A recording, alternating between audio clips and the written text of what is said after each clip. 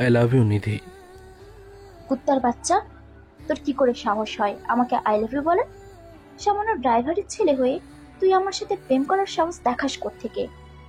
শালা, তোকে তো আজ আমি মেরেই ফেলবো। তুই জানিস আমার বাবা এই এলাকার নামকরা রাজনীতিবিদ, আবার আমার বাবা একজন নামকরা বিজনেসম্যান। আর তোদের কি আছে? ভিখারির বাচ্চা কোথাকার! কথাটা বলে নিধি সাহিলের গালে সপাটে একটা চড় মারে। কলেজের প্রত্যেক ডিপার্টমেন্টের ছেলেমেয়েরা এই দৃশ্য উপভোগ করে। নিধি আবার সাহিলের গালে হাত দিতে গেলে সাহিল হাতটা ধরে ফেলে আর বলে, তোমাকে আমার ভালো লাগে, আমি তোমাকে ভালোবাসি, সেজন্য আমি তোমাকে প্রস্তাব দিয়েছি। তোমার আমাকে ভালো নাও লাগতে পারে, সেটা অন্য ব্যাপার। তা বলে তুমি আমায় চর মারতে পারো না। কথাটা বলে সাহিল নিধির হাতটা ছেড়ে সেখান থেকে চলে যায়। তখন নিধি চিৎকার করে সাহিলের উদ্দেশ্যে বলে, তোর সাহস কি করে হয় আমার হাত ধরার?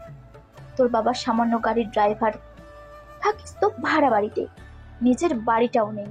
সে আবার আমার সাথে প্রেম করার সাহস দেখায়। ছোট লোকের বাচ্চা কোথাকার! সাহিল কলেজের বাইরে এসে তার বন্ধু আকাশকে বলে, আকাশ, তুই বল না, আমি কি কিছু ভুল করেছি? ওকে আমি ভালোবাসি, তাই তো আজকে বসন্ত উৎসবে ওকে ভালোবাসার কথা বলেছি। এখানে আমার কোথায় দোষ? সাহিলের কথা শুনে আকাশ সাহিলকে বলে, চল এখান থেকে, সবাই হাসছে, কিছু বলতে হবে না। তোর অনুভূতির কথা তুই জানিয়ে দিয়েছিস, আর অপমানিত হস না তুই, বাড়ি চল। কথাটা বলে আকাশ সাহিলের হাত ধরে সেখান থেকে চলে যায়। সাহিলদের কলেজে বসন্ত উৎসবের অনুষ্ঠান হচ্ছিল। সেই উপলক্ষে কলেজে গান করতে এসেছিল এলাকার রাজনীতিবিদ তারেক সরকারের মেয়ে নিধি। সাহিল খান ওই কলেজের অনার্স ফাইনাল ইয়ারের ছাত্র। নিধি ওই কলেজে পড়ে না, কিন্তু বসন্ত উৎসবে সঙ্গীতে অংশ নিয়েছিল। সাহিলের নিধিকে ভালো লাগে, তাই আজকে বসন্ত উৎসবে সে নিধিকে তার অনুভূতির কথা জানিয়েছিল। সাহিল খান আমাদের এই গল্পের নায়ক। সাহিল ইংলিশ অনার্স ফাইনাল ইয়ারের ছাত্র। সাহিলের বাবা স্কুলের গাড়ি চালায়। ওরা আগে গ্রামের বাড়িতে থাকতো। ওর বাবা কাজের সূত্রে শহরে আসে। এখানে ওদের নিজেদের কোনো বাড়ি নেই, ওরা ভাড়া বাড়িতে থাকে। খুবই গরিব ফ্যামিলি। মা বাড়িতে বসে সেলাইয়ের কাজ করে। সাহিলের একটা ছোট বোন আছে, তার নাম সানিয়া। সে এবছর একাদশ ক্লাসের ছাত্রী। নিধির পরিবারের সাথে সাহিলের পরিবারে পুরনো একটা শত্রুতা আছে। আমাদের এই গল্পটি রহস্যে ভরা। গল্পের সাথে থাকুন, আস্তে আস্তে সমস্ত ঘটনা উন্মোচিত হবে। সাহিল, তুই আজকে কলেজে কি করেছিস? বাবার কথায় সাহিল কিছু বলে না। সে মাথা নিচু করে বসে থাকে। ছেলে কিছু বলছে না দেখে জায়েদ খান পুনরায় ছেলেকে বলে, সাহিল, আমি কিছু বলছি, তুই উত্তর দে। বাবার কথায় সাহিল আমতা আমতা করে বলল, উম, বাবা, তোমাকে কে বললো? বলেছে কেউ, তবে তুই এটা ঠিক কাজ করিসনি। মেয়েটা প্রচুর অহংকারী। ওর বাবা রাজনীতি করে এলাকার দাপুটে নেতা। তুই কি করতে ওকে প্রস্তাব দিয়েছিস? তুই তো জানিস আমরা গরিব মানুষ। বাবার কথা শুনে সাহিলের খুব খারাপ লাগলো।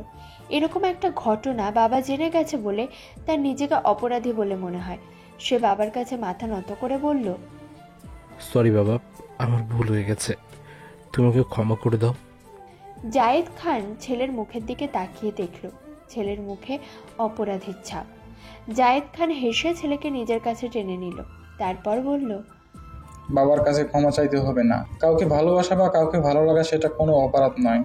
প্রত্যেকটা মানুষের জীবনে প্রেম আসে, কিন্তু সমস্যা হলো স্থান, কাল, পাত্র আর ব্যক্তি। তুই যাকে পছন্দ করেছিস সে আদৌ তোর যোগ্য তো?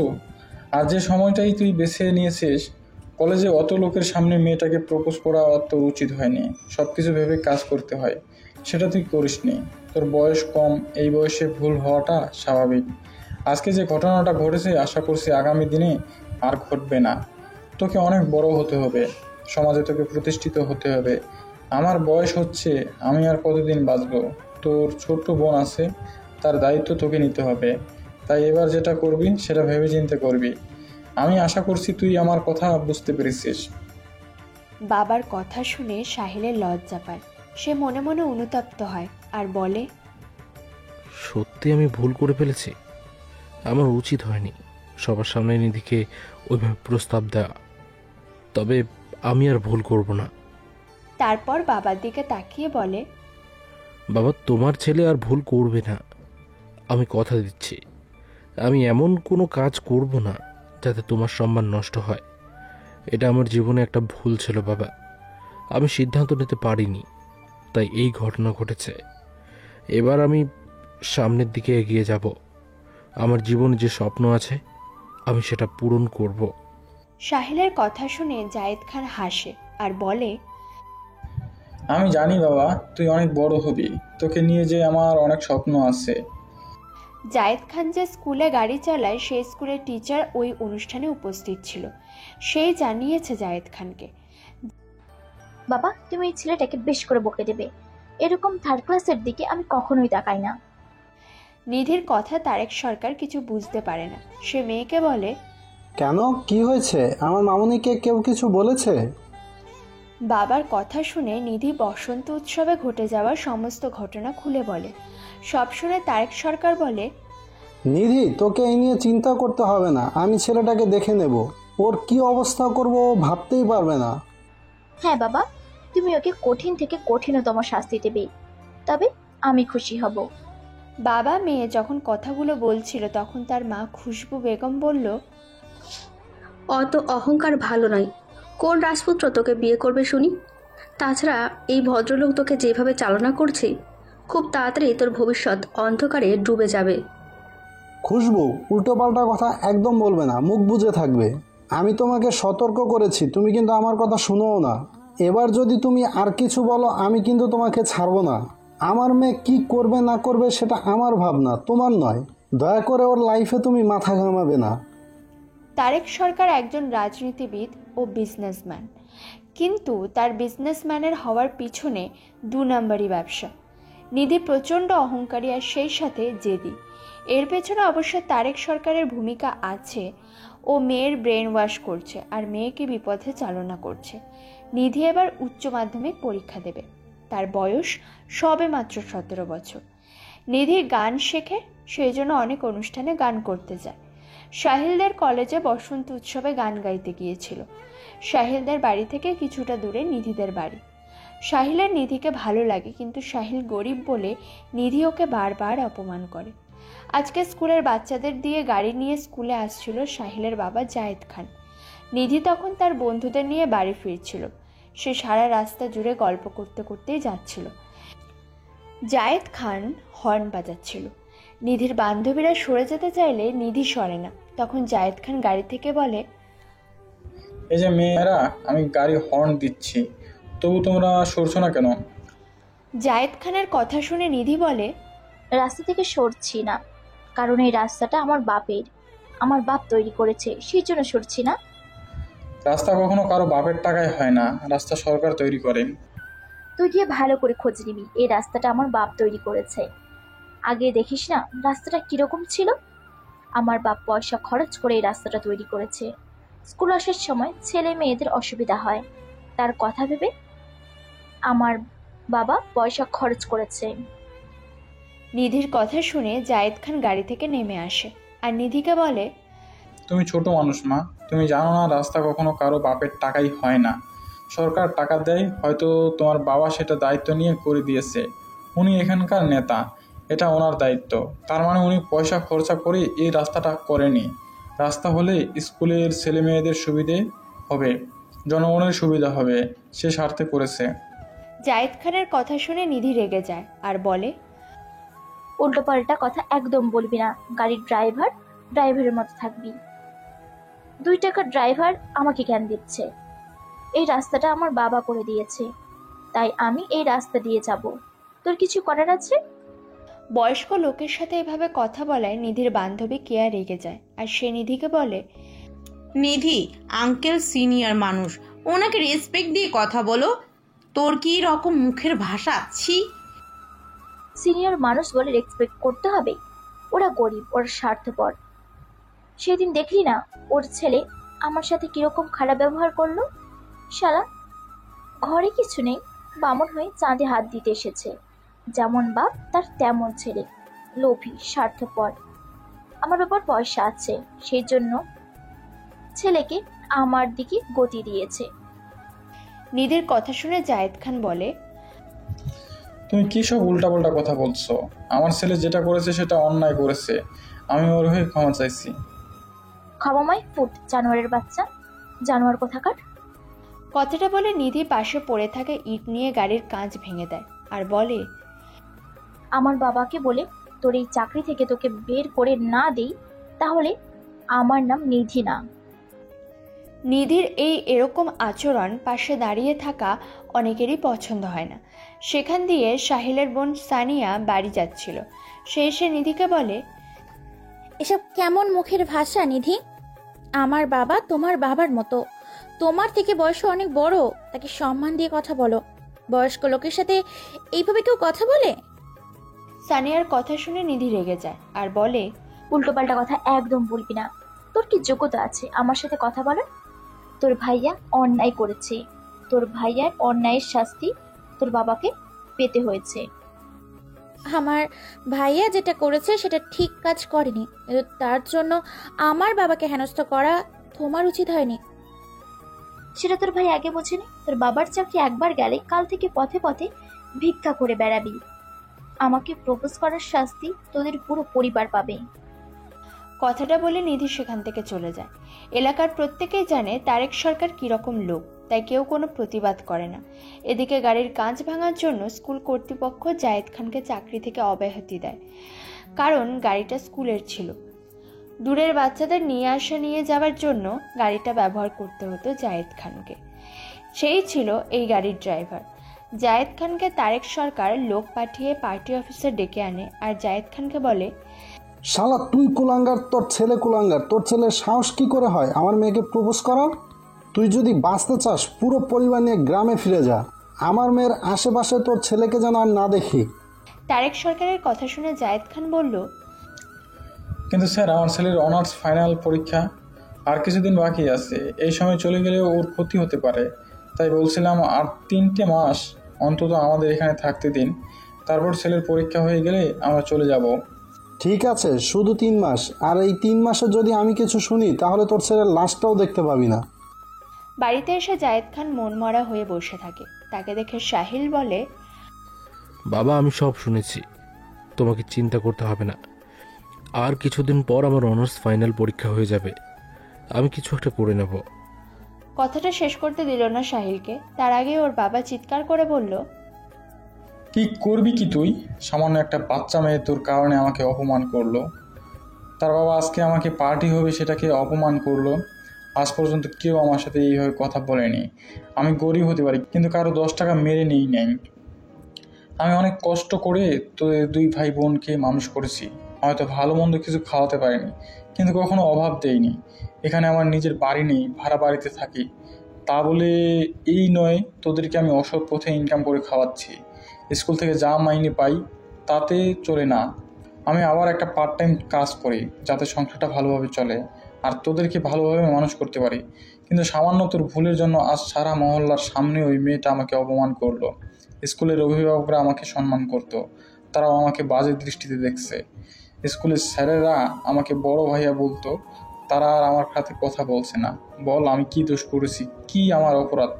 তুই যখন কাজটা করলি একটু ভাবলি না তোর বয়স এখন কম, জীবনে কিছু কর, তারপরে প্রেম টেম করবি। তুই কি করলি? গ্র্যাজুয়েশন কমপ্লিট না করে প্রেম করতে গেলি, তাও আবার তারেক সরকারের মেয়ের সাথে।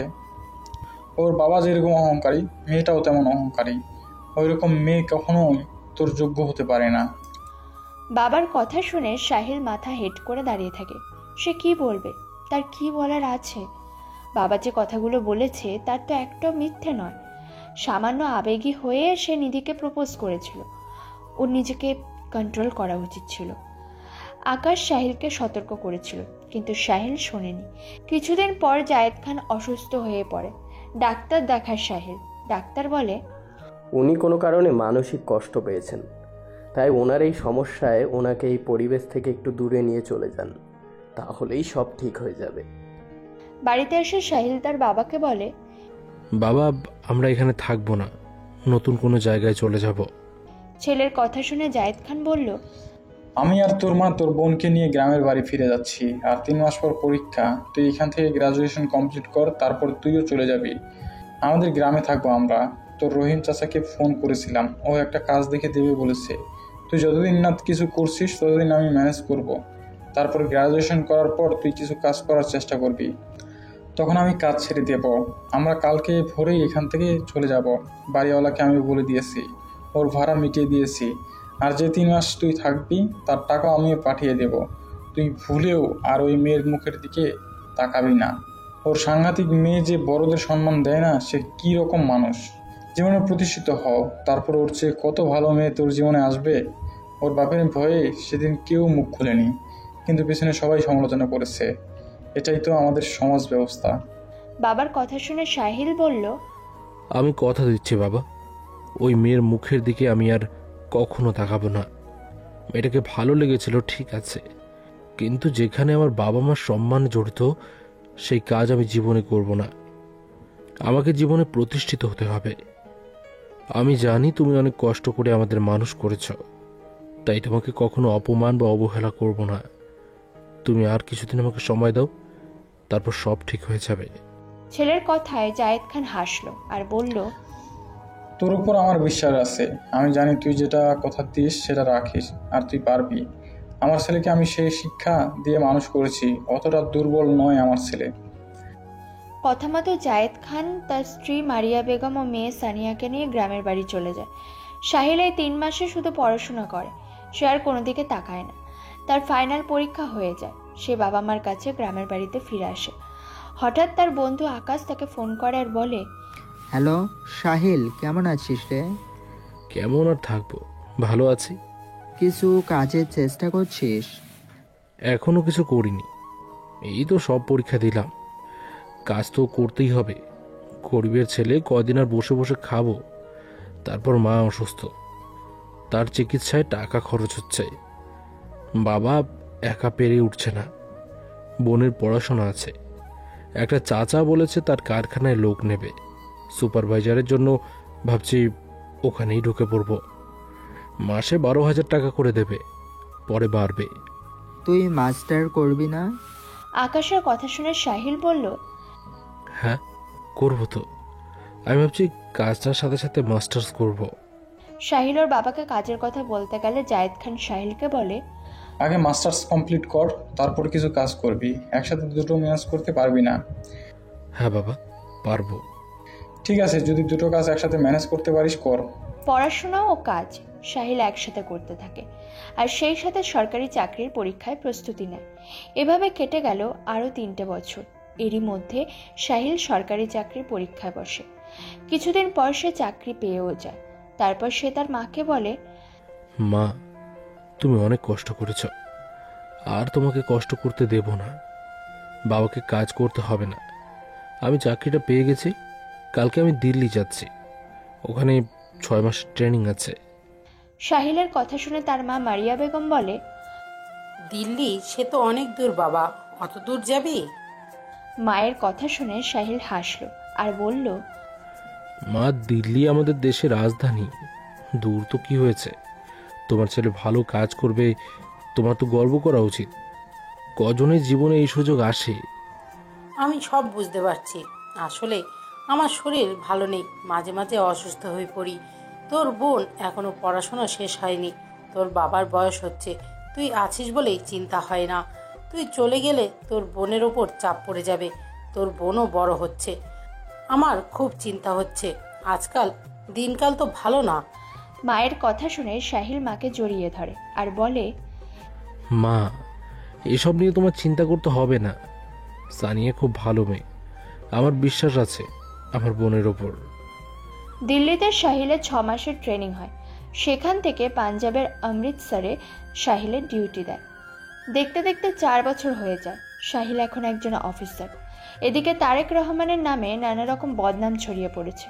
সব শুনে তার মেয়ে নিধি তার বাবাকে বলে, বাবা, আমি জানি ওরা মিথ্যে কথা বলছে। আমার বাবা এরকম কাজ করতেই পারে না। তুমি আমার কাছে একজন অনেস্ট ব্যক্তি বাবা। তোর বাবা এত বেশি দুর্নীতি করেছে, উপরওয়ালা সহ্য করতে পারল না। এইবার তোর বাবাকে জেলে ঢুকতেই হবে। জনগণের টাকায় নয়ছয় করলে জনগণ ছাড়বে কেন? এবার তোর বাবাকে পাবলিকের হাতে মার খেতে হবে। খুশবু বেগমের কথা রেগে যায় তারেক সরকার আর বলে, এক শ্রেণীর মিডিয়ার অপপ্রচার তুই বিশ্বাস করবি না। তুই আমার মেয়ে, আমার শিক্ষায় তোকে বড় করেছি, তুই অন্তত আমাকে সম্মান দিবি। সম্মান? তুমি যদি ওর আসল বাবা হতে, মেয়েকে ভালো শিক্ষা দিতে। তোমার জন্য তোমার মেয়েও এই অধপতনে বড়দের কিভাবে সম্মান দিতে হয় ন্যূনতম সেই শিক্ষার তুমি ওকে দাওনি। আর ও তো কখনো আমার কথা শোনেই না, আমাকে মা বলে মনেই করে না। খুশবু বেগমের কথায় তারেক সরকার রেগে যায় আর বলে, উল্টোপাল্টা কথা একদম বলবি না, তোর কি অবস্থা করব তুই জানিস তো। তারেক সরকারের কথা শেষ হওয়ার সাথে সাথে নিধি বলে, বাবা, মা কি বললো? তুমি নাকি আমার আসল বাবা নাও? নিধির কথায় তারেক সরকার খুশবু বেগমকে বলে, তোকে আমি পরে দেখে নেব খুশবু। তারপর মেয়ের কাছে এসে বলে, তুই আমার মেয়ে, ওই মহিলা মিথ্যা কথা বলছে, তুই ওই মহিলার কথা বিশ্বাস করবি না নিধি। খুশবু বেগম রাগে গজগজ করতে করতে সেখান থেকে চলে যায়। এদিকে আজকে সানিয়া কলেজে এসেছে আর ওদের স্যার মিরাজ ওকে ডেকে পাঠিয়েছে। সানিয়া রুমের কাছে এসে মিরাজের উদ্দেশ্যে বলে, স্যার আসবো? হ্যাঁ এসো। স্যার আপনি আমাকে দেখা করতে বলেছিলেন। সামনের সপ্তাহে আমাদের কলেজে সুবর্ণ জয়ন্তী অনুষ্ঠান, আমাদের কলেজে 50 বছর পূর্ণ হচ্ছে, সেই হিসেবে কলেজের সংস্কৃতি অনুষ্ঠানের আয়োজন করা হয়েছে। তুমি অনার্সের ফাইনাল ইয়ারের ছাত্রী, তাই তোমাকে ও তোমার বান্ধবীদের এই দায়িত্ব নিতে হবে অনুষ্ঠান পরিচালনা করার জন্য। স্যার আমার বান্ধবীরা কি কি করবে আমি জানি না, তবে আমি দায়িত্ব নিতে পারবো না। বাড়িতে আমার মা অসুস্থ, সমস্ত কাজ আমাকেই করতে হয়, তাই কলেজে আমি সময় দিতে পারবো না। মায়ের কি হয়েছে? মায়ের হার্ট ভালো নয়, কাজ করলে হাঁপিয়ে যায়, ভালো কাজ করতে পারে না, আমাকেই সব কিছু ম্যানেজ করতে হয়।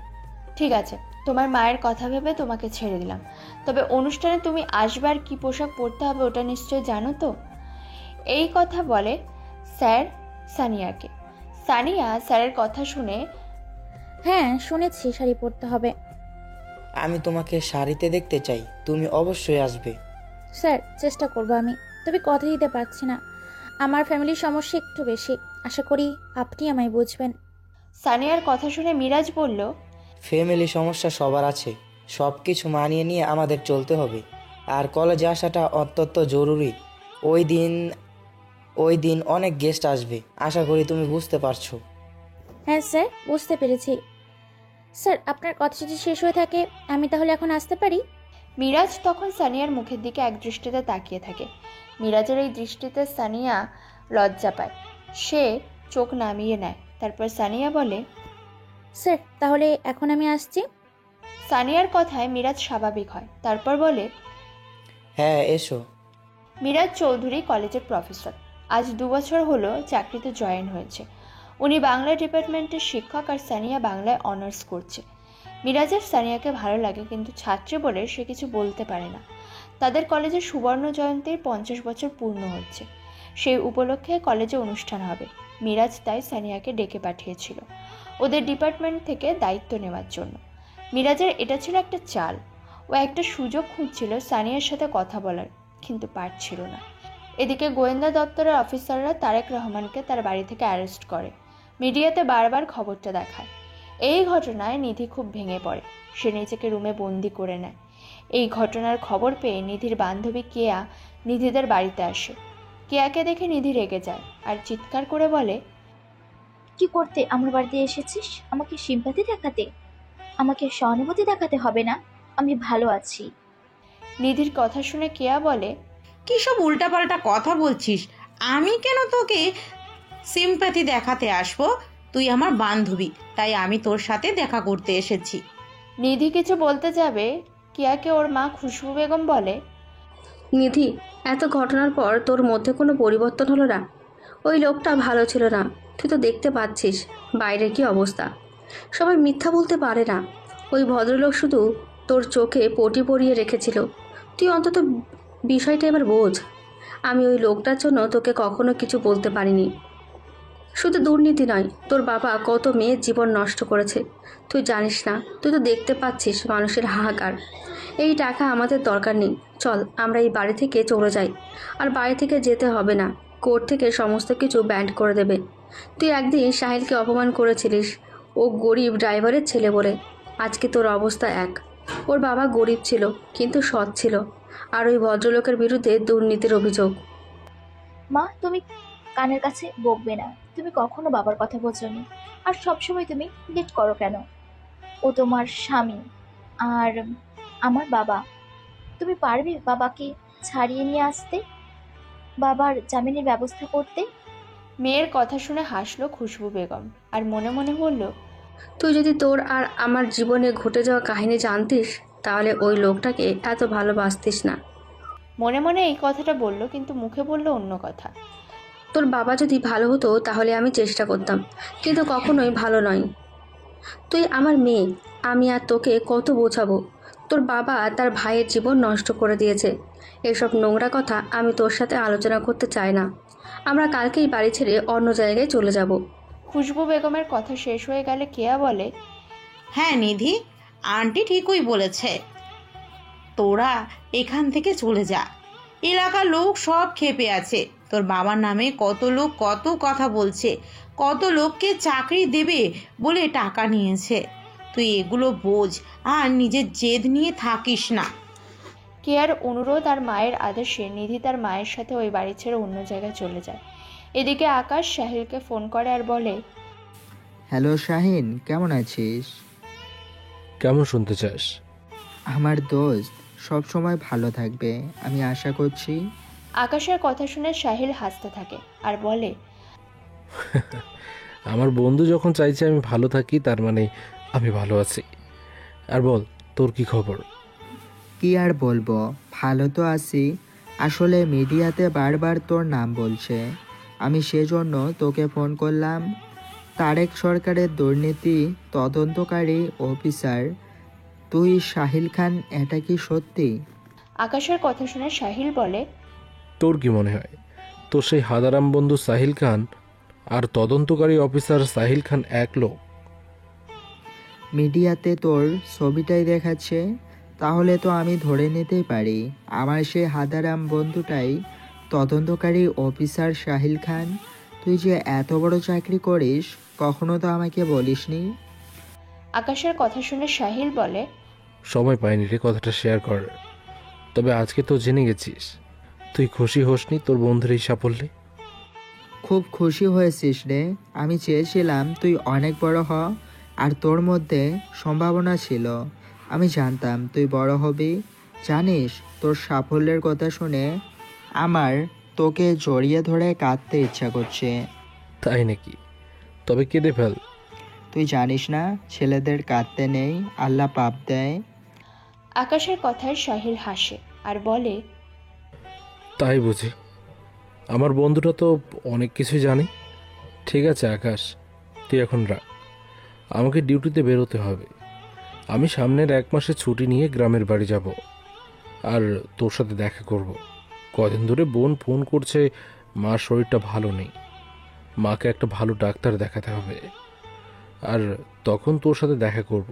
তুই তো ভালো চাকরি করছিস, তোর ইচ্ছা ছিল ব্যাংকে চাকরি করার, আর তুই তাই পেয়েও গেছিস। হ্যাঁ রে, তুই আসার আগে আমাকে জানাবি। কেন তোকে জানাবো? বারে, আমার বন্ধু আসবে এতদিন পর আমাদের বাড়ি, আমিও একসাথে ছুটি নেব। আকাশের কথায় সাহিল হু হু করে হেসে ওঠে। আজকে সানিয়াদের কলেজে অনুষ্ঠান। সানিয়া শাড়ি পরে খুব সুন্দর করে সেজে অনুষ্ঠানে এসেছে। মিরাজের চোখ যেন সানিয়ার থেকে সরছেই না। সানিয়ার এক বান্ধবী পলি সানিয়াকে বলে, তোর হাতটা একটু দে তো সানিয়া। কেন রে, আমার হাত নিয়ে কি করবি? তোকে আমি কামড়ে দেবো। তোকে আজকে যা সুন্দর লাগছে। মিরাজ স্যার একভাবে তোর দিকে তাকিয়ে আছে। আমার তো মনে হচ্ছে মিরাজ স্যার তোর প্রেমে পড়ে গেছে। কিন্তু সাবধান, তুই যেন ভুলেও স্যারের প্রেমে পড়িস না। দিন রাত তোকে পড়াবে, তখন আর তোর ভালো লাগবে না। পলির কথা শুনে সানিয়া আর মিরাজের দিকে তাকিয়ে দেখে পলি মিথ্যে বলছে না। স্যার একভাবে ওর দিকে তাকিয়ে আছে। সানিয়া লজ্জা নত করে নেয় আর পলিকে বলে, আমাদের জিজুর কি নাম রে পলি? তোর জিজুর নাম নিয়ে কি করবি? বলবো পলি। আর থাকতে পারছে না, তাড়াতাড়ি ওকে ঘরে তুলুন। আমিও বলবো তোর জিজুকে যে আমার বান্ধবী স্যারের প্রেমে হাবুডুবু খাচ্ছে। উল্টোপাল্টা কথা একদম বলবি না। আমি কবে স্যারের প্রেমে পড়লাম? স্যার যদি আমার দিকে তাকিয়ে থাকে সেটা স্যারকে গিয়ে বল। তার মানে তোরও ভালো লাগছে, তাই তুই কিছু বলিস না? আমি সেটা কখন বললাম? দুজনের কথাবার্তার মাঝে সানিয়ার ব্যাগের ফোনটা বেজে ওঠে। সানিয়া ফোনটা বের করে দেখে তার ভাইয়ের সাহিলের ফোন। সানিয়া ফোনটা রিসিভ করে আর বলে, আসসালামু আলাইকুম ভাইয়া, কেমন আছিস? ওয়ালাইকুম সালাম, ভালো আছি। আর তুই কোথায় আছিস? কী সব পাশ থেকে আওয়াজ আসছে? ভাই, আমি কলেজে আছি। এখানে একটা অনুষ্ঠান হচ্ছে, স্টেজে প্রোগ্রাম হচ্ছে, গান বাজছে। ঠিক আছে ভাইয়া, আমি একটু সাইডে যাই, তোর সাথে আমার কথা আছে। তারপর সানিয়া পলিকে বলে একটু দূরে গিয়ে তার ভাইয়া সাহিলের সাথে কথা বলে আসছে। হ্যাঁ ভাইয়া বল, কি করছিস? একটু মার্কেটে এসেছি, সামনের মাসে বাড়ি যাব, কেনাকাটা করতে এসেছি। তোর জন্য একটা লেহেঙ্গা কিনেছি, তুই ভিডিও কলে আয়, আমি তোকে দেখাচ্ছি। সাহিলের কথা শুনে সানিয়ার আনন্দ আর ধরে না। সে খুশি হয়ে লাফাতে লাফাতে বলে, তাই ভাইয়া, আমার যে কি আনন্দ হচ্ছে তোকে কি বলবো। ঠিক আছে ভাইয়া, আমি ভিডিও কল করছি। এরপর সানিয়া সাহিলকে ভিডিও কল করে। কথা বলতে বলতে সানিয়া খুব হাসে আর বলে, বাহ ভাইয়া, লেহেঙ্গাটা কিন্তু আমার খুব পছন্দ হয়েছে, তো চয়েস আছে বলতে হবে। সানিয়া যখন তার ভাইয়ের সাথে এসে কথা বলছিল, মিরাজ তখন পাশ থেকে দেখছিল আর জ্বলছিল। সানিয়া কথা বলে শেষ করে চলে এলে মিরাজ তার হাতটা ধরে একটা রুমে নিয়ে যায়। আকস্মিক এই ঘটনায় সানিয়া খুব ভয় পেয়ে যায়। সে চোখ খুলে তাকাতে পারে না। সানিয়া ভয়ে কাঁপতে থাকে। মিরাজ বলে, এতক্ষণ তো বেশ কথা বলছিলে, আর এখন চোখ বন্ধ করে কাঁপছো কেন? মিরাজের গলা শুনে চোখ খোলে আর সামনে মিরাজকে দেখতে পেয়ে সানিয়া বলে, স্যার, আপনি আপনি কেন আমাকে এখানে এইভাবে ধরে নিয়ে এলেন? তোমার সাথে প্রেম করব বলে ওখানে অনেক লোক আছে, তাই সুবিধা করতে পারছিলাম না, সেই জন্য এখানে নিয়ে এলাম। এবার বলো, তুমি এতক্ষণ কার সাথে হেসে কথা বলছিলে? সানিয়া মিরাজের কথা কিছু বুঝতে পারে না, না পেরে বলে, আমি তো কারোর সাথে কথা বলিনি, আমি অনুষ্ঠান দেখছিলাম আর ওখানে পলি ছিল। আমার ভাইয়া ফোন করেছিল, ও আমার জন্য একটা লেহেঙ্গা কিনেছে, ভিডিও কলে দেখছিলাম। সানিয়ার কথা বুঝতে পেরে মিরাজ বলে, তোমার নিজের ভাইয়া? এটা আবার কিরকম কথা? নিজের ভাইয়া নয় তো অন্য কারো ভাইয়া? বলছি, ওটা তোমার নিজের মায়ের পেটের ভাই? হ্যাঁ, আমার বড় ভাইয়া, আমার থেকে 5 বছরের বড়। ভাইয়া চাকরি করে, 1 মাসের ছুটি নিয়ে বাড়িতে আসবে, সেই জন্য কিছু কেনাকাটি করছে আর ওগুলো আমাকে দেখাচ্ছিল। আপনি কেন আমাকে এসব জিজ্ঞাসা করছেন? আমি কি সব প্রেম টেম কথা বলছেন আপনি? আমার স্যার, আমার থেকে বয়সও বড়, আপনাকে রেসপেক্ট করি, তাই এইসব কথা কখনো বলবেন না। সবাই যদি জেনে যায় তারা কি ভাববে বলুন তো? সানিয়ার কথায় মিরাজ সানিয়ার গালটা টিপে বলে, খুকুমনি, ওটা নিয়ে তোমাকে চিন্তা করতে হবে না, ওটা আমি ম্যানেজ করব। শুধু একটা কথা বলছি, আমি ছাড়া তোমার জীবনে আর যেন কোনো পুরুষ না আসে। তুমি শুধু আমার হয়েই থাকবে। আর কার সাথে রিলেশন করেছো? বলবো না, আমার পাশ থেকে সরে যান। আমি ওখানে যাব, অনুষ্ঠান দেখব, আমার বান্ধবীরা আমাকে খুঁজবে। ছি, আমি মরে গেলেও স্যারদের সাথে প্রেম করব না। এমনিতেই আমি প্রফেসরদের পছন্দ করি না, অত পড়াশোনা ভালো আমি নই, আমি সাধারণ একটা মেয়ে। তাই আমি জায়গায় জামাই হিসেবে পাবো, সে যেন সাধারণ একটা ছেলে হয়। সানিয়ার কথা শুনে মিরাজ হাসতে হাসতে বলল, তাই বুঝি? তা কি রকম ছেলে তোমার পছন্দ? একটা দোকান থাকবে বা ছোটোখাটো ব্যবসা করলেই হবে। আমার অত বিলাসিতা নেই। কোটিপতি লোকের কথা তো আমি কখনো স্বপ্নেও ভাবিনি। আর আপনার মতো শিক্ষিত মানুষ আমার দরকার নেই। আমরা গরিব মানুষ, ফড়িং খাই, ঘোড়ায় চেপে বাড়ি যাই, তাই আমার সাদা মাটা জীবনই পছন্দ। এই আপনি যখন BMW গাড়ি নিয়ে কলেজে আসেন, আমার দেখতে ভালো লাগে না। আপনি যদি লোকাল বাসে আসতেন তাহলে আমি ভাবতাম, কিন্তু সেটা সম্ভব নয়।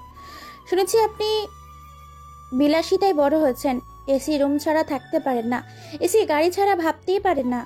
এইগুলো আমার পছন্দ নয়, তাই আপনার সাথে আমার কখনোই বনিবনা হবে না, ব্রেকআপ হয়ে যাবে। তাই আর কথা বাড়াবেন না, আমি এখন আসছি, আর আপনি আপনার কাছে মন দিন। ঠিক আছে, তুমি যা বলবে তাই হবে, কিন্তু প্রফেসর হওয়া ছিল আমার জীবনের স্বপ্ন, তাই চাকরিটা আমি ছাড়তে পারবো না। বাকিগুলো তোমার জন্য করতে পারবো। কাল থেকে লোকাল বাসে আসবো, এসি রুমে থাকবো না, আর 6 মাসের মধ্যে তোমাকে বিয়ে করব। আর তার 1 বছর পরের মধ্যে আমার প্রথম বেবি আসবে। মিরাজের কথা শুনে সানিয়া রেগে যায় আর বলে, ছি, অসভ্য স্যার কোথাকার। কথাটা বলে সানিয়া মিরাজকে সরিয়ে দিয়ে সেখান থেকে চলে আসে। তারপর মিস্টার তারেক সরকার এখন কেমন ফিল করছেন? সাহিলকে অফিসারের চেয়ারে বসে থাকতে দেখে তারেক সরকার একটু অবাক হয়ে যায়। তারপর বলে, আমার খুব চেনা চেনা লাগছে, মনে হচ্ছে কোথায় দেখেছি, ঠিক মনে করতে পারছি না। আজ থেকে 8 বছর আগে তমলুকে জায়েদ খানের ছেলের কথা মনে আছে, যার বাবাকে আপনি অপমান করেছিলেন আর কি বলেছিলেন যেন? আমি কুলাঙ্গার আর আমার বাবাও কুলাঙ্গার। কিন্তু স্যার, আমার বাবা আমাকে সঠিক শিক্ষা দিয়ে বড় করেছেন, তাই তো আজকেই আমি এখানে এই চেয়ারে বসে আছি আর আপনি ওই চেয়ারে। বাইরে একটু বেরিয়ে দেখুন, হাজার হাজার লোক আপনার নামে কি বলছে। কতজনকে চাকরি দেবেন বলে ঘুষ নিয়েছেন আর জনগণের টাকা আত্মসাৎ করেছেন। আপনার স্ত্রী ও মেয়েকে কোথায় লুকিয়ে রেখেছেন? সাহিলের কথা শুনে তারেক সরকার চমকে যায় আর বলে, কে? খুশবু আর নিধি বাড়িতে নেই?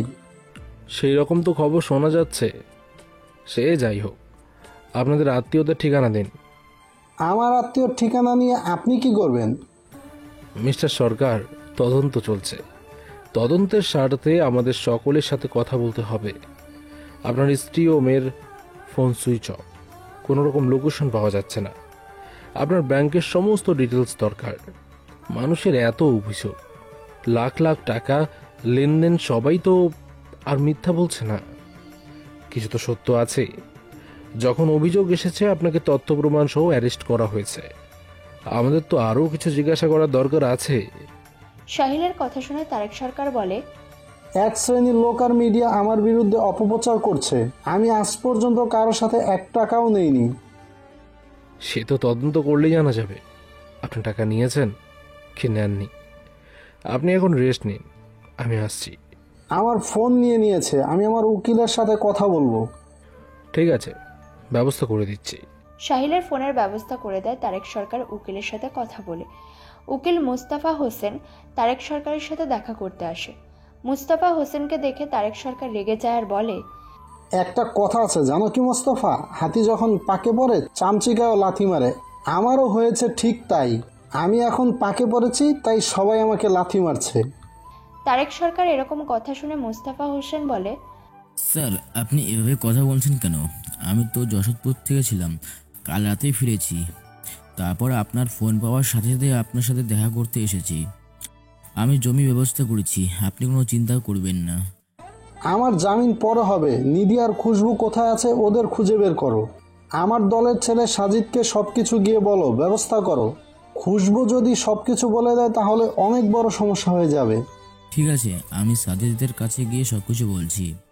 মুস্তাফা হোসেন একজন আইনজীবী ও তারেক সরকারের ঘনিষ্ঠ বন্ধু। তারেক সরকারের সমস্ত কথা মুস্তাফা হোসেন জানে। বাবা, আমি অনেক কষ্টে তোমার ঠিকানা পেয়েছি। তোমার সাথে কথা আছে, তুমি একমাত্র আমার ভরসা। প্লিজ বাবা, তুমি আমায় ফিরিয়ে দিও না। ম্যাডাম, আমি তো আপনাকে চিনি না। আপনি কে? আপনার পরিচয় দিন, তারপর তো আমি আপনার সাথে কথা বলবো। বাবা, আমি যদি আমার পরিচয় দিই তুমি আমায় ঘৃণা করবে না তো? ঘৃণা কেন করব আপনাকে? আপনি কি ক্ষতি করেছেন যে আমি আপনাকে ঘৃণা করব? আমার মেয়ে তো তোমার সাথে ভালো ব্যবহার করেনি, ও তোমাকে অনেক অপমান করেছে। তারপর তারেক সরকার লোকটাও তো ভালো নয়। ও যদি কোনোভাবে জেনে যায় তাহলে আমাদের, বিশেষ করে আমার মেয়ে নিধির অনেক বড় ক্ষতি করে দেবে। খুশবু বেগমের কথা শুনে সাহিল বসা থেকে উঠে দাঁড়ায় আর বলে, তার মানে আপনি তারেক সরকারের স্ত্রী? না, ওনার রক্ষিতা। কি সব বলছেন উল্টোপাল্টা কথা। ঠিকই বলছি। খুশবু বেগমের কথা শুনে সাহিল বলল, ওসব আপনাদের পার্সোনাল পেপার। এখন বলুন, আপনি কেন আমার কাছে এসেছেন? নিধি আমার অতীত, আমি তার কথা ভুলে গেছি। এখন আপনি কেন এসেছেন আমার কাছে, যদি বলতেন তাহলে খুবই ভালো হতো। আমি শুনেছি তারেক সরকারের ঘটনার তদন্তকারী অফিসার তুমি। হ্যাঁ, তাতে কি হয়েছে? ঘটনাটা কোর্ট পর্যন্ত গড়িয়েছে, আর কোর্ট থেকে আমাদের দায়িত্ব দিয়েছে, আর আমি তার হেড। সেজন্য আমি তদন্ত করছি। কিন্তু এর সাথে কি সম্পর্ক আপনাদের? আমি যদি তোমায় কিছু বলি তুমি সব কিছু কথা বুঝতে পারবে না। তোমার বাবা সব জানে, তাই বলছি তুমি আমার মেয়েটাকে ভুল বুঝো না। নিধিকে ভুল বোঝানো হয়েছে। ও জীবনটা নিয়ে ছেলে খেলা করেছে তারেক সরকার।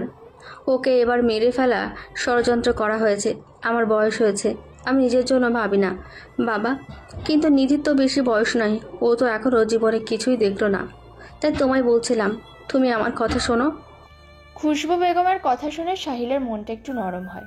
নিধির বিপদ, তাকে মেরে ফেলার পরিকল্পনা হচ্ছে। এই কথাটা শুনে সাহিলের মনে একটা কষ্ট অনুভব করে।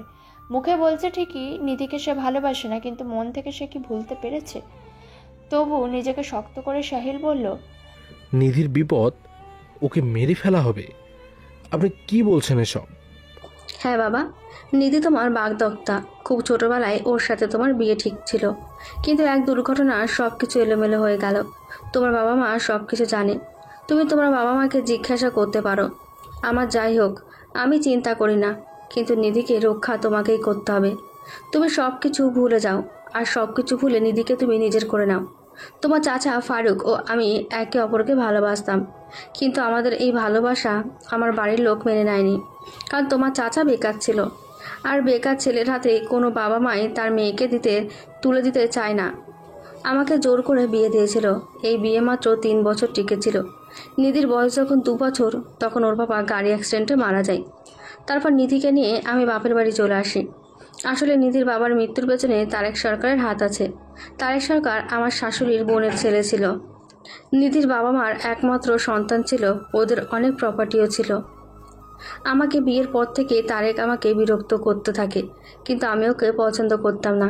আমার মনে হয় নিধির বাবার অ্যাক্সিডেন্টের পেছনে তারেক সরকারের হাত আছে, কিন্তু সেটা প্রমাণিত নয়, তাই আমি কিছু বলতে পারিনি। নিধির বাবা মারা যাওয়ার পর ওর কাছে সুযোগটা এসে গেল। আমি ওর হাত থেকে বাঁচার জন্য নিধিকে নিয়ে বাপের বাড়ি চলে আসি। আমি বিধবা হয়ে ফিরে এসে তোমার চাচার সাথে দেখা করলাম। তখন তোমার চাচা একটা ভালো চাকরি পেয়ে গেছে। আমাকে বলেছিল সমস্যা নেই, আমি তোমাকে বিয়ে করব, প্রয়োজনে নিধিকে আমি দত্তক নেব। আমি নিধিকে নিয়ে মাঝে মাঝে তোমাদের বাড়ি যেতাম। তোমার বাবা মাও আমায় খুব ভালোবাসতো। ছোট নিধিকে দেখে তোমার মায়ের খুব মায়া হয়। তখন তোমার মা বলে নিধিকে আমার ছেলের বউ করব, ওরা যখন বড় হবে ওদের বিয়ে দেব। কিন্তু সেটা আর হলো কোথায়?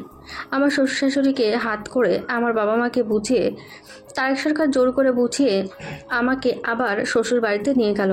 তারপর সমস্ত সম্পত্তি আমার শ্বশুরকে বলে নিধির নামে করে নিল। আমার শ্বশুর বলল নিধি তার একমাত্র বংশধর, তাই তার কোনো সমস্যা নেই। আমার শ্বশুর ক্যান্সারের রোগী ছিল, তার আর বেশি দিন আয়ু ছিল না, তাই সে সব কিছু বুঝে আমার মেয়ের নামে করে দিল। আর অভিভাবক হিসাবে তারেক সরকার দায়িত্ব পেল। নিধির যদি কিছু হয়ে যায় তাহলে এই সমস্ত সম্পত্তি তারেক সরকারের হয়ে যাবে। আমার শ্বশুর মারা গেলে তার কিছুদিন পর আমার শাশুড়ি মারা যায়। তারেক সেসব সম্পত্তি ভোগ করতে থাকে। তারপর আমাকে নিয়ে শহরে চলে আসে। এখানে এসে রাজনীতি করে আর ব্যবসা শুরু করে। মানুষের যখন টাকার খিদে বাড়ে, সে তখন আরও পাওয়ারের জন্য মত্ত হয়ে ওঠে। তারেক সরকারের হয়েছে ঠিক তাই। সে আমাকে কখনো বিয়ে করেনি, সে আমাকে রক্ষিতা করে রেখেছে। সমাজের সামনে নিধিকে তার মেয়ে বলে পরিচয় দিয়েছে ঠিকই, কিন্তু আমাকে কখনো প্রকাশ্যে আনেনি। ওইসব সম্পত্তি নিধিকে মেরে নিজের দখলে নিয়ে নেবে, এটাই ওর পরিকল্পনা। তোমার বাবা তোমার মা সবটাই জানে হয়তো। আমি যে তারেক সরকারের সাথে ছিলাম আর নিধি যে আমারই সন্তান, সেটা হয়তো ওরা জানেনি। আর আমি তারেক সরকারের ভয়ে কখনো মুখ খুলিনি। ও খুব ভয় দেখাতো আমাকে, যদি কোনোভাবে কারো কাছে কিছু বলি তাহলে ও নিধিকে মেরে দেবে। যদি তুমি এই ঘটনাটা তোমার বাবা মাকে বলো, তারা সব বুঝতে পারবে। আমি তোমাদের বাড়ি যাব, তোমার বাবা মার সাথে দেখা করব। তোমার বাবা মা কি তোমাদের গ্রামের বাড়িতেই আছে? হ্যাঁ, বাবা মা এখন গ্রামের বাড়িতে আছে, কিন্তু আপনি তো কখনো প্রকাশ্যে আসেনি, তাহলে আপনি জানলেন কি করে আমার বাবা মা আর আমি তারাই সেই মানুষগুলো কিনা? সাহিলের কথা শুনে খুশবু বেগম হাসল আর বলল, আমি অনেক দিন থেকে জানতাম তোমার মা সেলাইয়ের কাজ করে। সেইখানে তোমার মায়ের কাছে কয়েকবার গিয়েছিলাম। আমি তোমার মাকে চিনতে পেরেছিলাম। আমি বোরখা পরেছিলাম, তাই তোমার মা মায় দেখেনি। আর তারেক সরকারের ভয়ে আমি আমার পরিচয় দিইনি। আমি তোমাদের বিপদে ফেলতে চাইনি, তাই তোমাদের সম্পর্কে সব জেনেও আমি মুখ বুঝেছিলাম। নিধি যখন তোমার সাথে খারাপ ব্যবহার করলো, তোমাকে তোমার বাবাকে অপমান করলো, আমার খুব কষ্ট হয়েছিল। তবে একটা কথা ভেবে খুশি হয়েছিলাম, আল্লাহ এই জুটি তৈরি করেছে। তা না হলে তুমি বা এত মেয়ে থাকতে বসন্ত উৎসবের অনুষ্ঠানে আমার মেয়েকে প্রপোজ করবে কেন? আল্লাহ হয়তো তোমার মাকে দিয়ে সেদিন সত্যি কথাটা বলিয়েছিল। সাহিল এতক্ষণ চুপচাপ খুশবু বেগমের কথাগুলো শুনছিল। সাহিলকে চুপচাপ থাকতে দেখে খুশবু বেগম বলল, বাবা, তুমি তো সবই শুনলে। তুমি এখন আমাদের ভরসা। তুমি আর যাই করো, নিধিকে কখনো ভুল বুঝো না। এগুলো সব তারেক সরকারের ষড়যন্ত্র। ও নিধিকে এরকম আত্ম অহংকারী আর জেদি করে তুলেছে। ওর মনে আমার সম্পর্কেও বিষ ঢেলেছে। নিধি প্রয়োজন ছাড়া আমার সাথে কথা বলে না। তারপর কথা বলতে বলতে খুশবু বেগম সাহিলের হাত দুটো ধরে কাঁদতে থাকে আর বলে, নিধি তোমার আমানত, ও তোমার বাগদত্তা, ওকে রক্ষা করো। আন্টি আপনি কাঁদবেন না, আমি কথা দিচ্ছি নিধির কোনো ক্ষতি হবে না। তবে আমি তার আগে বাবা মার সাথে কথা বলবো। এদিকে অফিসের কাজের চাপ থাকায় সাহিলের তার বাবা মাকে আর ফোন করা হয় না। সাজিদ আজকে তারেক সরকারের সাথে দেখা করতে এসেছে।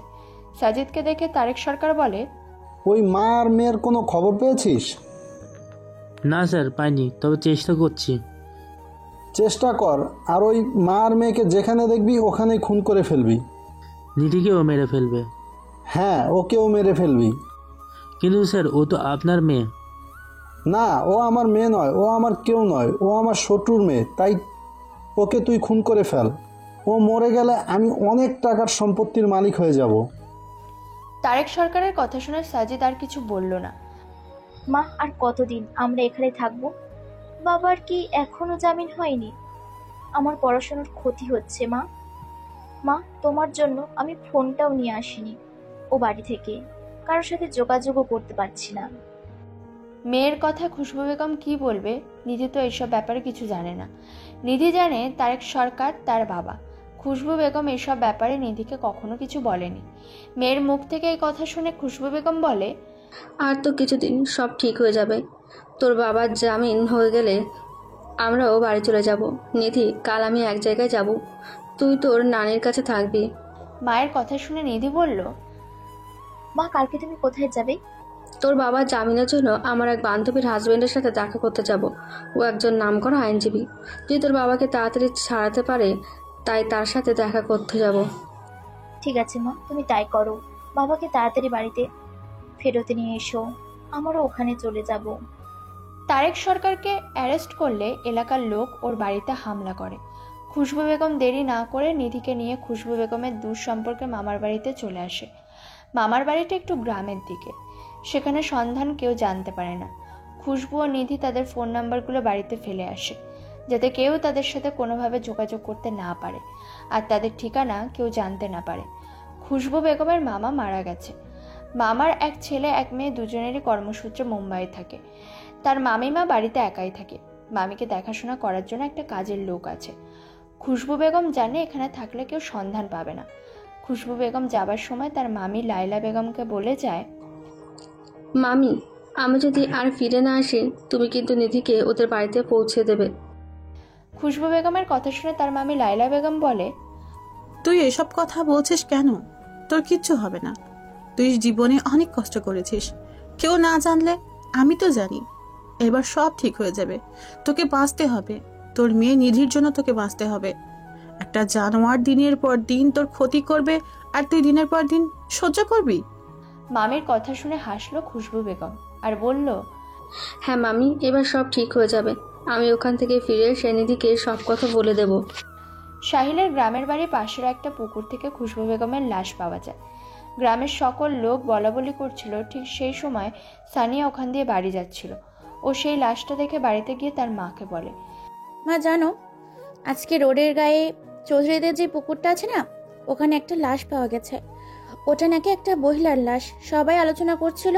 আর তুমি তো জানো আমার ওইসব দেখলে ভয় লাগে, তাই আমি যাইনি। কিন্তু মা, আমার বান্ধবীরা সকলে গেছে। বলছে নৃশংসভাবে ওই মহিলাকে খুন করা হয়েছে। সানিয়ার মা তখন সবজি কাটছিল। মেয়ের কথা শুনে সে বলে, কোথাকার মহিলা রে?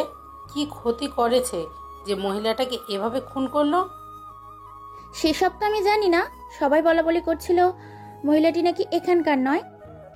মেয়ের কথায় মারিয়া বেগম কিছুক্ষণ হা হুতাশ করতে থাকে।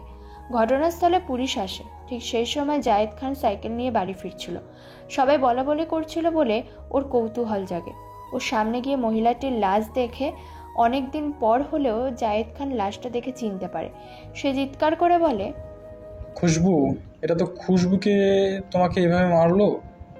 জায়েদ খানের কথা শুনে একজন পুলিশ অফিসার জায়েদ খানকে জিজ্ঞেস করলো, আপনি এই মহিলাকে চেনেন? হ্যাঁ চিনি, আর খুব ভালোভাবে চিনি।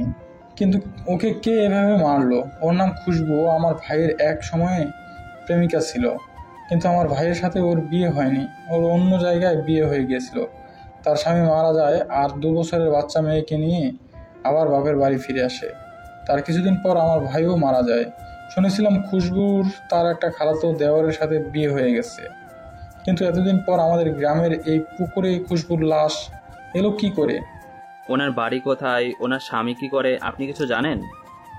ওর বাপের বাড়ি ছিল মধ্যম গ্রাম থানায় একটি গ্রামে, আর ওর প্রথম বিয়ে হয়েছিল বারাসাতের কাছে, আর তৃতীয়বার কোথায় গিয়েছিল আমি বলতে পারবো না।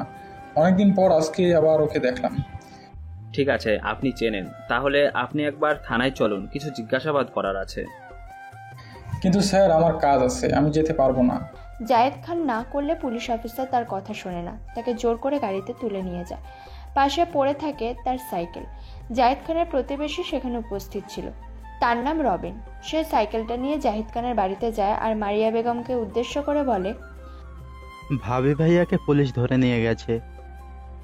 মারিয়া বেগম তখন রান্না করছিল, সবে ভাতের ফ্যান ছেড়ে চুলাতে তরকারি বসিয়েছে।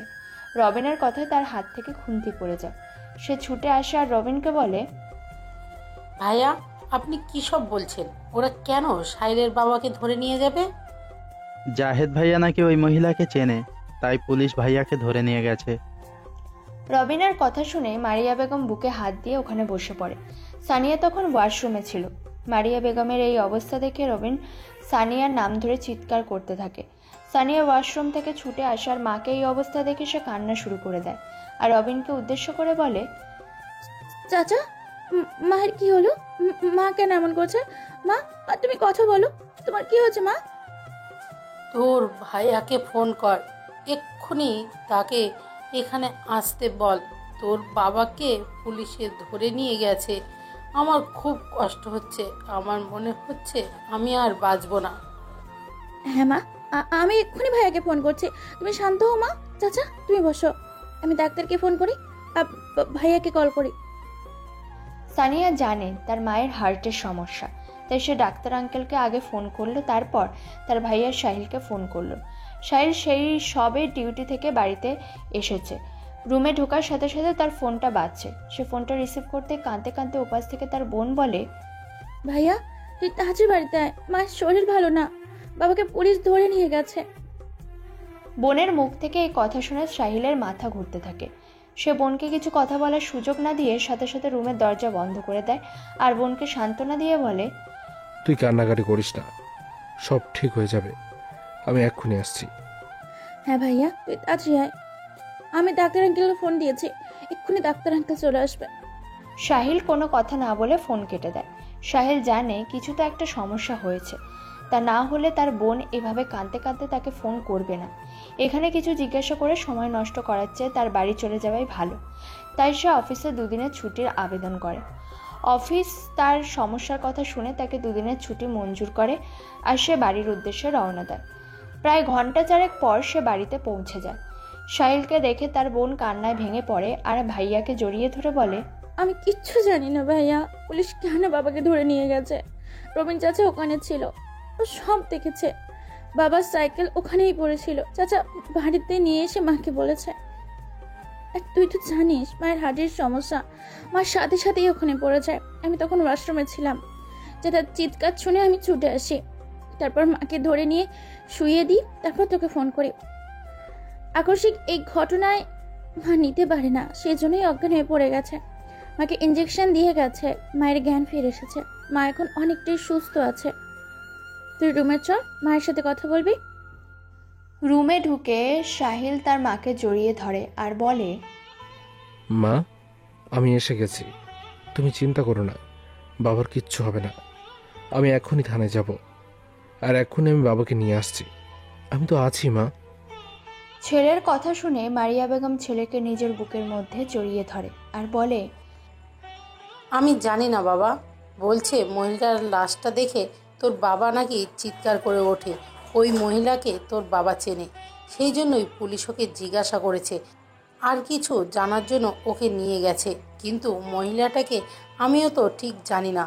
তুই দেখ বাবা তোর বাবাকে, তুই এক্ষুনি ফিরিয়ে নিয়ে আয় তোর বাবাকে, আমার খুব কষ্ট হচ্ছে। সব ঠিক হয়ে যাবে মা, তুমি চিন্তা করো না। আমি এখনই থানায় যাচ্ছি, তুমি কিছু খেয়ে নাও। আজকে আমার রান্নাই হয়নি, আমি শুধু ভাতটা করেছি। তারপর তোর রবিন চাচা এসে বললেই আর আমি কিছু করতে পারিনি, সব রান্না করে পড়ে আছে। সানিয়াকে বলেছি বাকি রান্নাগুলো শেষ করতে। তুই তো বাবা কিছুই খেয়ে আসিসনি, আগে একটু ভাত খেয়ে যা, তোর বোন রান্নাঘরে আছে, তুই যাও ওখানে। তোর শরীরটা কেমন শুকনো হয়ে গেছে, অনেকটা জার্নি করেছিস, তারপর মুখটা দেখে মনে হচ্ছে তুই অনেকক্ষণ কিছু খাসনি, আগে কিছু খেয়ে নে তুই বাবা। সানিয়া তোর ভাইকে খেতে দে। সাহিলের সত্যি খিদে পেয়ে গিয়েছিল, কারণ সে সবে অফিস থেকে রুমে ঢুকছিল আর বোনের ফোন পাওয়ার সাথে সাথেই সে চলে আসে। আর সারা রাস্তা এত চিন্তায় ছিল তার আর কিছু খাওয়া হয়নি, তাই সে বোনকে বলে, সানিয়া তোকে কিচ্ছু করতে হবে না, যা আছে তাই দিয়েই ভাত দে। 1 মিনিট শুধু বস। ভাইয়া তোকে দুটো গরম ডিম ভেজে দিই, শুধু ডাল আর আলু ভাজি দিয়ে কি ভাত খাবি বলতে পারিস? ডিম ভাজতে হবে না, শুধু ডাল আর ভাজি দিয়ে দে, তাই আমি খেয়ে নেব। আর তুই মাকে কিছু খাইয়েছিস? হ্যাঁ, মাকে দুটো ভাত খাইয়ে দিয়েছি, মেডিসিনও খাইয়ে দিয়েছি। সাহিল খেয়ে প্রথমে থানায় যায় আর তখন কর্তব্যরত পুলিশ অফিসারকে জিজ্ঞেস করে, স্যার আমি সাহিল খান, আপনারা যাকে নিয়ে এসেছেন থানাতে আমার বাবা জায়েদ খান। আমি আমার বাবার সাথে দেখা করতে চাই, প্লিজ একটু ব্যবস্থা করে দিন। হ্যাঁ, আমি আপনার বাবাকে আজকে নিয়ে এসেছি। ওই মহিলার লাশ দেখে উনি চিনতে পারেন, ওনাকে জিজ্ঞাসাবাদ করার জন্যই এখানে এনেছি। আপনি অবশ্য আপনার বাবার সাথে দেখা করতে পারেন। তারপর পুলিশ অফিসার সাহিলকে জায়েদ খানের কাছে নিয়ে যায়। ছেলেকে দেখে জায়েদ খান বলে, তুই কখন এসেছিস? নিশ্চয়ই তোর বোন মা ফোন করেছিল। তোর মায়ের শরীর কেমন আছে? তুমি তো জানো বাবা, মা সামান্য ব্যাপারেই চিন্তা করে, তাই তোমার খবরটা শুনে মা অজ্ঞান হয়ে গিয়েছিল। সানিয়া আমাকে ফোন করেছিল, আমি সেই ডিউটি থেকে ফ্ল্যাটে এসেছিলাম, আমি সাথে সাথে ওখান থেকে চলে আসি। এবার বলো বাবা, তুমি ওই মহিলাকে চেনো? কে ওই মহিলা? ছেলের কথা শুনে জায়েদ খান বলল, হ্যাঁ বাবা, আমি মহিলাকে চিনি। ও তোর চাচার প্রেমিকা ছিল। একসময় তোর চাচা ওকে খুব ভালোবাসতো, কিন্তু চাচা বেকার ছিল বলে ওর সাথে বিয়ে দেয়নি ওর পরিবার। তারপর খুশবুর অন্য জায়গায় বিয়ে হয়ে যায়, কিন্তু 3 বছরের মাথায় ছোট বাচ্চাকে নিয়ে বিধবা হয়ে বাপের বাড়িতে চলে আসে।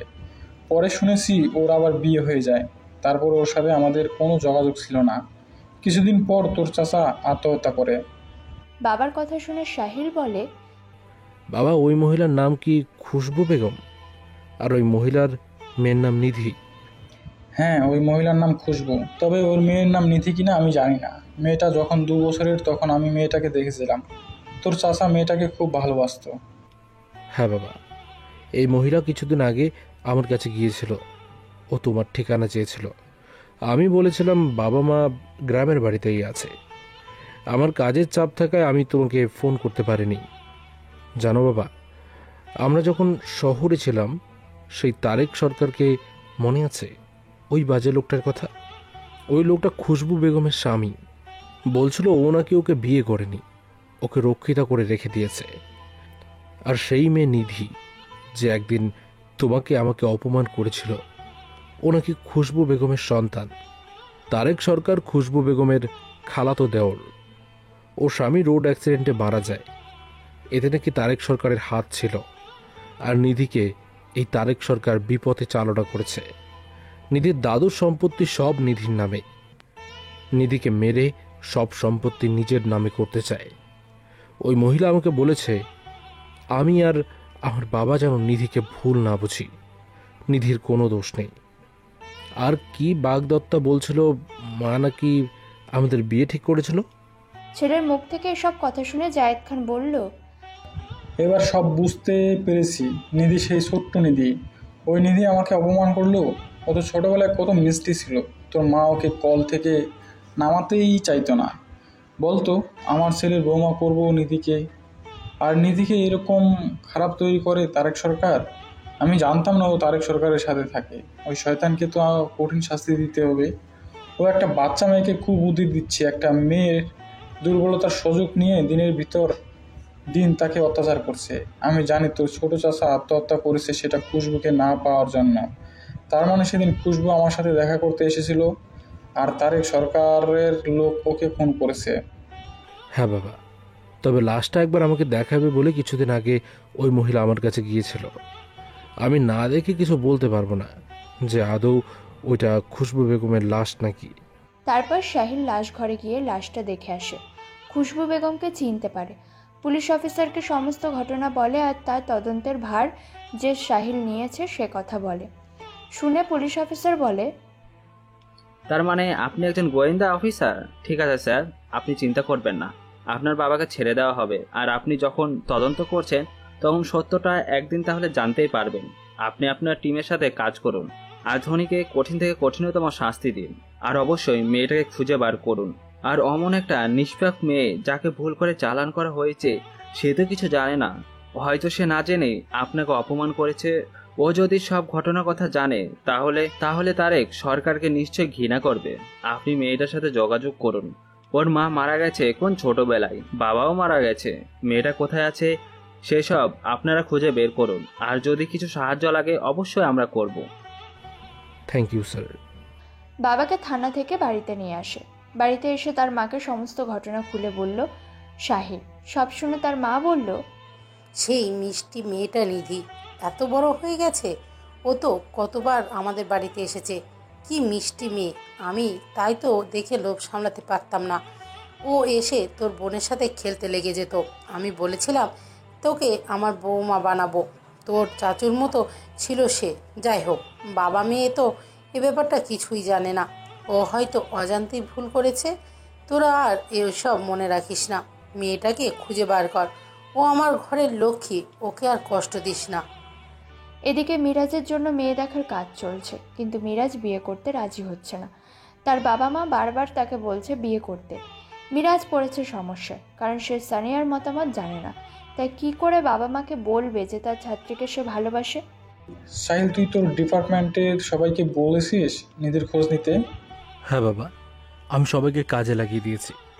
তোমাকে চিন্তা করতে হবে না, আমাদের ডিপার্টমেন্টের সবাই চেষ্টা করছে। আমার বন্ধু আকাশ, কেয়া সবাই বিষয়টা জেনে গেছে, ওরাও চেষ্টা করছে। আমি এখন 1 সপ্তাহ এখানে থাকবো। প্রথমে 2 দিনের ছুটি নিয়েছিলাম, তারপর অফিস 1 সপ্তাহের ছুটি মঞ্জুর করেছে। ভালোই হয়েছে, 1 সপ্তাহ ছুটি পেয়েছিস।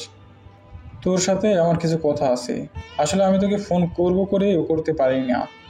সানিয়ার বিয়ে দিতে হবে তো, একটা ভালো ছেলের সন্ধান পেয়েছে। সানিয়া বলছে এখন বিয়ে করবে না। ওর যদি মত না থাকে তাহলে ওকে এখন বিয়ে দিও না, ও যেমন আছে থাক না। ছেলের কথা শুনে পাশ থেকে মারিয়া বেগম বলে, তা বললেই হয়? মেয়ে হয়ে জন্মেছে, বিয়ে তো দিতেই হবে। আমি এক মেয়েকে শ্বশুরবাড়ি পাঠিয়ে দেব আর এক মেয়েকে আমার ঘরে তুলব। সাহিলের বাবা, তুমি আর না করো না, ঘটককে আসতে বলো। সাহিল যখন আছে কথাবার্তা একবারেই ফাইনাল হয়ে যাক। মায়ের কথায় সাহিল কিছু বলে না। সে রুমে ঢুকে দেখে সানিয়া মোবাইলে গেম খেলছে। সেটা দেখে সাহিল বলে, এই একদম গেম খেলবি না, এসব জিনিসগুলো ভালো নয়। মা তোর শ্বশুর বাড়ি যাওয়ার ব্যবস্থা করছে, শ্বশুর বাড়িতে গেলে যদি এসব করিস তাহলে ভালো বলবে? তোর সাথে আমার কথা আছে, তুই কেন বিয়েতে রাজি হচ্ছিস না? সাহিলের কথায় সানিয়া বলে, ধুর, এখন আমার বিয়ে করতে ভালো লাগছে না। এই তো অনার্স ফাইনাল পরীক্ষা হলো, এখনো রেজাল্টই বের হয়নি। জানিস ভাইয়া, ভাবছি চাকরি করব, তারপর বিয়ে করব। আমার কিছু করার ইচ্ছা আছে, সবসময় বরের কাছে টাকা চাইবো, এটা আমার ভালো লাগে না। খুব পেকে গেছিস, তাড়াতাড়ি তোর ব্যবস্থা করা হচ্ছে। তোরও তো ব্যবস্থা করতে হবে। আচ্ছা ভাইয়া, তুই তো তখন জানতিস না নিধি তোর বাগদত্তা, তুই তো তার আগেই ওকে আই লাভ ইউ বলেছিলি। তোর কি মেয়েটাকে প্রথম থেকেই ভালো লাগতো? বোনের কথায় কি বলবে সাহিল, এসব তো অনুভূতির কথা, কাউকে বলা যায় না। সানিয়া তখন বলে, ভাইয়া তুই বল, কোনো অসুবিধা নেই। আমাকে আকাশ ভাইয়া সব বলেছে তুই নাকি নিধিকে খুব ভালোবাসিস। নিধিকে আমারও খুব ভালো লাগতো, কিন্তু ওই আত্মহংকার আর জেদ দুটো জিনিস আমার পছন্দ ছিল না। মেয়েটা সত্যি মিষ্টি ছিল, তাই ওই রকম মেয়েকে ভালোবাসা সেটা স্বাভাবিকই। তবে স্বভাবটা যদি একটু ভালো হতো, আমার তো মনে হয় ও সব থেকে বেস্ট হতো। তবে যা শুনছি এতে ওর কোনো দোষ নেই। ওকে যে ব্যাপারটা শোনানো হয়েছে সেটাই করেছে। আমি আশা করছি তুই ওর থেকে পরিবর্তন আনতে পারবি, আর সেটা তোর মধ্যে আছে। ওই ঘটনার পর আমি শুনেছি তুই আমাদের কিছু না বলেও আকাশ ভাইয়াকে সব বলেছিস। তুই খুব ভেঙে পড়েছিস আর খুব কান্নাকাটিও করেছিস। যাকে আল্লাহ তোর কথা শুনেছে। তোর ভালোবাসা পবিত্র ছিল, তাই তো তুই তোর ভালোবাসার মানুষটাকে আবার ফিরে পাচ্ছিস। এখনো তোর ভাবি আমার জীবনে ফিরে আসেনি। আগে তাকে খুঁজে বের করি, তবে অবশ্যই আমি ওকে বোঝাবো। আর তুই চিন্তা করিস না, বাবা ঘটককে বলে দিয়েছে কাল বিকালে ছেলের পক্ষ থেকে তোকে দেখতে আসছে। তার 2 দিন পর আমি ফিরে যাব। তোর ভাবিকে খুঁজতে হবে কোথায় লুকিয়ে আছে, সেটা তো আমি জানি না। আমি এখন ছুটিতে আছি, অন্য অফিসার এখন কাজ করছে। 1 সপ্তাহ পর কাজে জয়েন করব। চারিদিকে লোক লাগিয়ে নিধির কোনো খবর পাওয়া যায় না। এদিকে বিকেলের দিকে পাত্রপক্ষের লোক সানিয়াকে দেখতে আসে। সানিয়া মাথা নিচু করে বসে থাকে। সে তখনও কাউকে খেয়াল করেনি। তারপর ছেলের মা বলে, আমাদের তো মেয়েকে পছন্দ হয়েছে। মেয়ে তো মাশাআল্লাহ, আশা করি আমার ছেলেরও পছন্দ হয়েছে। তাই ওরা দুজনে কথা বলুক, সবার সামনে লজ্জা পাবে। পাশের বাড়ির ভাবি সানিয়া ও মিরাজকে নিয়ে ছাদে যায়। মিরাজ এক দৃষ্টে সানিয়ার দিকে তাকিয়ে আছে।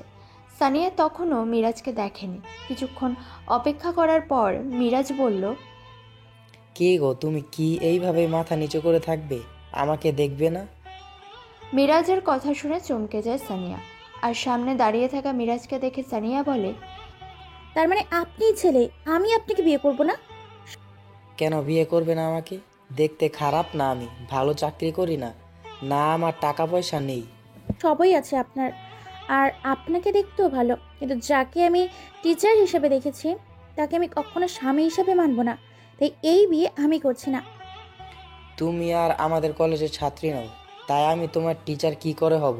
যখন পড়েছিলে তখন ছিলাম। আমাদের কলেজ থেকে তুমি বেরিয়ে গেছো, সুতরাং এই বিয়ে করছো তুমি। আর না পারবে না, আমাকে অনেক জ্বালিয়েছো। আজকে যদি কিছু বলো তাহলে ছাদ থেকে ফেলে দেব। চুপচাপ থাকবে, আর আজকে আমাদের আংটি বদল করা হবে। আমি নিচে গিয়ে বলছি, তুমি চলো। সানিয়া মিরাজকে কিছু বলে না। সে মিরাজের পিছু পিছু নিচে নেমে আসে। মিরাজ তার মাকে বলে, মা, আমার মেয়েকে পছন্দ। আমি আজকে ওকে আংটি পরিয়ে দিতে চাই। সামনের সপ্তাহে রেজিস্টার করে নেব, আর সামনের মাসে আমাদের বিয়ে হবে। কথা মতো মিরাজ আংটি পরিয়ে দেয়। আসলে মিরাজ আগে থেকে আংটি কিনে নিয়ে এসেছিল। তার মনে মনে ঠিক ছিল এই মেয়েকে কোনোভাবেই ছাড়া যাবে না। কলেজে প্রথম দিন দেখে প্রেমে পড়ে গিয়েছিল, কিন্তু সানিয়া পাত্তা দিচ্ছিল না। আজ আর সানিয়ার কিছু করার নেই। মিরাজ সানিয়াকে আংটি পরিয়ে চলে যায়। রাত্রিবেলা সাহিল তার বোন সানিয়াকে বলে, সানিয়া, একটা কথা বলবো, তুই কিন্তু সত্যি বলবি। সাহিলের কথা শুনে সানিয়া তার ভাইয়াকে জিজ্ঞেস করে, ভাইয়া কি জানতে চাস বল? তুই কি মিরাজকে আগে থেকে চিনতিস? সাহিলের কথায় সানিয়া হাসে আর বলে, ওটা একটা অশুভ লোক। কিরকম? ও আমাদের কলেজের প্রফেসর। এর আগেও আমাকে প্রপোজ করেছিল, কিন্তু আমি ওকে বলেছিলাম আমি যাকে স্যারের চোখে দেখেছি তাকে আমি বিয়ে করব না। এখন অনার্স পরীক্ষা হয়ে গেছে, সেজন্য বাড়িতে এসেছে। প্রথমে ঘটক পাঠিয়েছিল বাবার কাছে। বাবা ওদের আসতে বলেছিল। আজকে সব পরিবার দেখতে এসেছিল। আমি যখন ওকে না বললাম, ও বলল এখন আমি ওর ছাত্রী নই, তাই ওকে স্যার চোখে দেখতে বারণ করেছে। আমি কি বলবো বল? আমি যদি না বলি ও জোর করে তুলে নিয়ে গিয়ে আমাকে বিয়ে করবে। দেখলাম বাবা মা তোরা সবাই বিয়েতে মত আছে, তাই আমি আর আপত্তি করিনি। সানিয়ার মুখ থেকে এসব কথা শুনে সাহিল হাসতে থাকে আর বলে, ইন্টারেস্টিং। তোর জামাই মনে হচ্ছে ভীষণ রোমান্টিক। নাম্বারের বদমাইশ। বোনের সাথে ও বাবা মার সাথে হেসে কথা বললে সাহিলের মনে নিধির জন্য বড় চিন্তা হতে থাকে। সে আকাশকে ফোন করে আর বলে, কিরে আকাশ, খুঁজে পেলি? চেষ্টা করছি, কিন্তু পাচ্ছি না। কে জানতো সেদিন ওদের বাড়ি থেকে চলে যায়। আন্টি নাকি বলেছিল ওরা এক আত্মীয়র বাড়ি যাবে। কেয়া তাদের ঠিকানা জানে না। তুই আর কদিন ছুটিতে আসিস? পরশু জয়েন করছি। তুই তারেক সরকারকে চাপ দে। আমার মনে হচ্ছে ওই বেটা কোথায় লোক লাগিয়ে কাজটা করেছে। তা না হলে আন্টিকে কে খুন করবে? কিছু তো একটা ব্যাপার আছে। ও জেলের ভেতরে থাকলেও ওর লোক মনে হয়েছে বাইরে কাজ করছে। তা আন্টি লাশ কোথায় আছে? এখানকার থানার লোক ওদের জায়গাতেই রেখে দিয়েছে। ওরাও চেষ্টা করছে, কিন্তু কোনো রকম সন্ধান পাচ্ছে না। সাজিদ এসেছে তারেক সরকারের সাথে দেখা করতে, আর সাথে উকিল এসেছে। সাজিদকে দেখে তারেক সরকার বলে, কিরে, যে দায়িত্ব দিয়েছিলাম সেটা করেছিস? হ্যাঁ করেছি। রুমের ভেতর সিসিটিভি থাকায় তারেক সরকার সাজিদকে বেশি কিছু জিজ্ঞেস করতে পারে না, ইশারা করে সবকিছু বুঝিয়ে দেয়। তারেক সরকার উকিল মুস্তাফা হোসেনকে বলে, কি বাবু, আর কতদিন অপেক্ষা করব? জামিনের চেষ্টা করুন। সামনের সপ্তাহে শুনেছি আসছে, ওই দিন জমি দেওয়া হয়ে যাবে। সেটাই যেন হয়। এদিকে মা ফিরে না আসায় নিধি খুব কান্নাকাটি করে। সে তার নানি লায়লা বেগমকে বলে, নানি মাঝে বললো চলে আসবে, কিন্তু মা তো এখনো আসেনি। আজকে 2 দিন হয়ে গেল। মা ওই দিন রাতে ফিরে আসার কথা ছিল। কি সব হচ্ছে আমি বুঝতে পারছি না। ওদিকে বাবার খবর পাচ্ছি না, এদিকে মা ফিরে আসছে না। আমার কিছু ভালো লাগছে না নানি। আর আমার কাছে ফোনও নেই যে কারোর সাথে কন্ট্যাক্ট করব। কেয়ার নাম্বার মুখস্থ আছে, কিন্তু ফোন না থাকলে কি করে ফোন করব? মায়ের ফোন, আমার ফোন সব তো ওই বাড়িতে পড়ে আছে।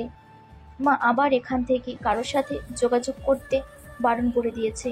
যদি কেউ জানতে পারে যায় আমরা এখানে আছি, তাহলে সমস্যা হবে।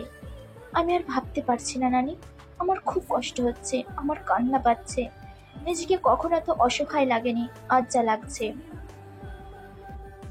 কথাটা বলে নিধি লায়লা বেগমকে জড়িয়ে ধরে কাঁদতে থাকে। খুব কষ্ট হয়। সে তো জানে না তারেক সরকার নিজের বাবা নয়, অথচ নিধি তাকে বাবা বলে মনে করে। ওই শয়তান যে নিধির আর তার মায়ের কত ক্ষতি করেছে তা তো নিধি জানে না। নিধির কথা শুনে লায়লা বেগমের মায়া হয়। সে তখন নিধিকে বলে, দেখ নিধি, আমি তো কিছু করতে পারবো না, তোর মায়ের নিষেধ আছে। তবে একটা কাজ কর, আমি একটা ফোন দিচ্ছি। তুই তো বললি তোর বান্ধবীর নাম্বার মুখস্থ আছে।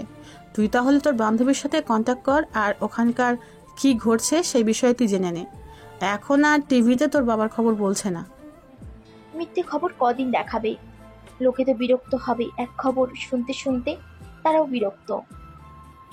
তারপর লায়লা বেগম তার ফোনটা নিধিকে দেয়। কেয়ার নাম্বার মুখস্থ ছিল। নিধি কেয়াকে ফোন করে। কেয়া তখন রাস্তায় ছিল, ফোনের শব্দ শুনতে পায়নি। নিধি বলে, ও মনে হয় ব্যস্ত আছে, তাই ফোন তুলছে না। ফোনটা এখন আমার কাছে থাক, কিছুক্ষণ পর আমি ফোন করব আবার। ফোনের অপরিচিত নাম্বার দেখে কেয়া ফোন করে, আর সাথে সাথে ফোন রিসিভ করায় কান্নায় ভেঙে পড়ে। কে আপনি? আর এইভাবে ফোন করে কাঁদছেন কেন? নিধি কেঁদে চলেছে। কিছুক্ষণ পর কান্না থামিয়ে নিধি বলে, কেয়া, আমি নিধি। তুই আমার চিনতে পারছিস না? নিধি, তুই কোথায় আছিস? আমরা যে তোকে পাগলের মতো খুঁজছি। ওদিকে সব ঠিক আছে তো? লোকেরা আর ঝামেলা করছে না তো? হ্যাঁ, এদিকে সব ঠিক আছে, কোনো ঝামেলা হচ্ছে না। তুই এখন কোথায় আছিস? আমার মায়ের এক আত্মীয় বাড়িতে আছি। এটা হাসনাবাদের কাছে, অত্যন্ত এক গ্রামের বাড়ি। জানিস কিয়া, মা কোথায় গেছে আমি জানি না। 2 দিন আগে বাড়ি থেকে বের হয়েছে, কি দরকার আছে বলে। সেই দিন রাতের মধ্যেই বাড়ি ফিরে আসবে বলেছিল, কিন্তু আজ 2 দিন হলো মা বাড়ি আসছে না। আমার খুব কষ্ট হচ্ছে রে। আমার কাছে কোনো ফোন ছিল না, আমি কিভাবে কন্ট্যাক্ট করব? আবার অনেক কান্নাকাটি করেছিলাম বলে আমার এক নানি ফোনটা দিয়েছে, তাই তোর সাথে কন্ট্যাক্ট করলাম। তুই কিন্তু কাউকে কিছু বলবি না। না না, আমি কাউকে কিছু বলবো না। তুই চিন্তা করবি না, সব ঠিক হয়ে যাবে। কিছু দরকারের আছে, অবশ্যই ফিরে আসবো। তুই ভালো থাকবি, আর যেখানে আছিস সেখানেই থাকবি। আমি তোকে সব কিছু খবর এখান থেকে জানাবো। ঠিক আছে, এখন রাখছি, তাহলে পরে আবার ফোন করব। নিধি ফোন কেটে দিলে কেয়ার সাথে সাথে আকাশকে ফোন করে আর বলে, আকাশ, সাহিল ভাইয়াকে ফোন করো। নিধির খবর পাওয়া গেছে, ওর মায়ের আত্মীয়র বাড়িতে আছে। আজ 2 দিন হলো ওর মাকে খুঁজে পাওয়া যাচ্ছে না। ও খুব কান্নাকাটি করছে। ও নানির ফোন থেকে ফোন করেছে। ঠিক আছে কেয়া, আমি এক্ষুনি সাহিলকে ফোন করছি। আর তুমি নিধিকে কিছু বলনি তো ওর মায়ের ব্যাপারে? না না, আমি কিছু বলিনি। হাসনাবাদের কাছে এক প্রত্যন্ত গ্রামে ওরা আছে। ঠিক আছে, ফোনে ফোনে লোকেশন আছে, সব জেনে যাব। আমি এখনই সাহিলকে ফোন করছি, তুমি এখন রাখো। আকাশ সাথে সাথে সাহিলকে ফোন করে। সাহিল তখন ওর বোনের বিয়ের ব্যাপারে মায়ের সাথে কথা বলছিল। আকাশের ফোনটা দেখে সে মায়ের সাথে কথা বলা বন্ধ করে ফোন রিসিভ করে আর আকাশকে বলে, হ্যাঁ বল, কি বলবি? নিধিকে খুঁজে পাওয়া গেছে। ও হাসনাবাদ কাজে ওর মায়ের আত্মীয়র বাড়িতে আছে। ফোনে লোকেশন দেখে ওখানে পৌঁছে যাবে। তুই তাড়াতাড়ি রেডি হয়ে বেরিয়ে পড়। আমিও বেরিয়ে পড়ছি, আর কেয়াকে সাথে আসতে বল। ঠিক আছে, আমি এখনই এখান থেকে বেরিয়ে যাচ্ছি। তোরা দুজনে শিয়ালদা স্টেশনে চলে আয়। তারপর সাহিল তার মাকে বলে, মা, আকাশ ফোন করেছিল, নিধির খবর জানতে পেরেছে। এখনই বেরিয়ে যাচ্ছি, ওকে সাথে নিয়ে আসবো। মা, তুমি চিন্তা করবে না। তুমি যাকে আমার জন্য পছন্দ করেছিলে সে তোমারই বউ হবে। সে যতই আমাকে ভুল বুঝুক, আমি আর ওকে হারাতে চাই না। ছেলের কথা শুনে হাসলো মারিয়া বেগম আর বলল, হ্যাঁ বাবা, তুই তাই কর। মেয়েটাকে দূরে সরিয়ে রাখিস না। ওর কেউ নেই, আমরা ওর আপন লোক। তুই তাড়াতাড়ি ওকে আমাদের বাড়িতে নিয়ে আয়। সাহিল, আকাশ আর কেয়া তিনজনে হাসনাবাদের উদ্দেশ্যে রওনা হয়। ফোনে লোকেশন ঠিক করে তারা সেই জায়গায় পৌঁছায়, কিন্তু বাড়িটা চিহ্নিত করতে পারে না। তারপর কেয়া সেই নাম্বারে ফোন করে জানতে পারে সেই মহিলার নাম লায়লা বেগম। এলাকার লোককে জিজ্ঞেস করলে দেখিয়ে দেয়। তারা তিনজনে সেই বাড়ির উদ্দেশ্যে যায়। কলিং বেল টিপতেই দরজা খুলে দেয় লায়লা বেগম। তিনজনকে দেখে জিজ্ঞেস করে, তোমরা কারা, কোথা থেকে আসছো? লায়লা বেগমের কথা শুনে সাহিল প্রথম কথা বলে, আসসালামু আলাইকুম আন্টি, আপনি ভয় করবেন না। আমরা নিধির সাথে দেখা করতে এসেছি। আমরা নিধির বন্ধু।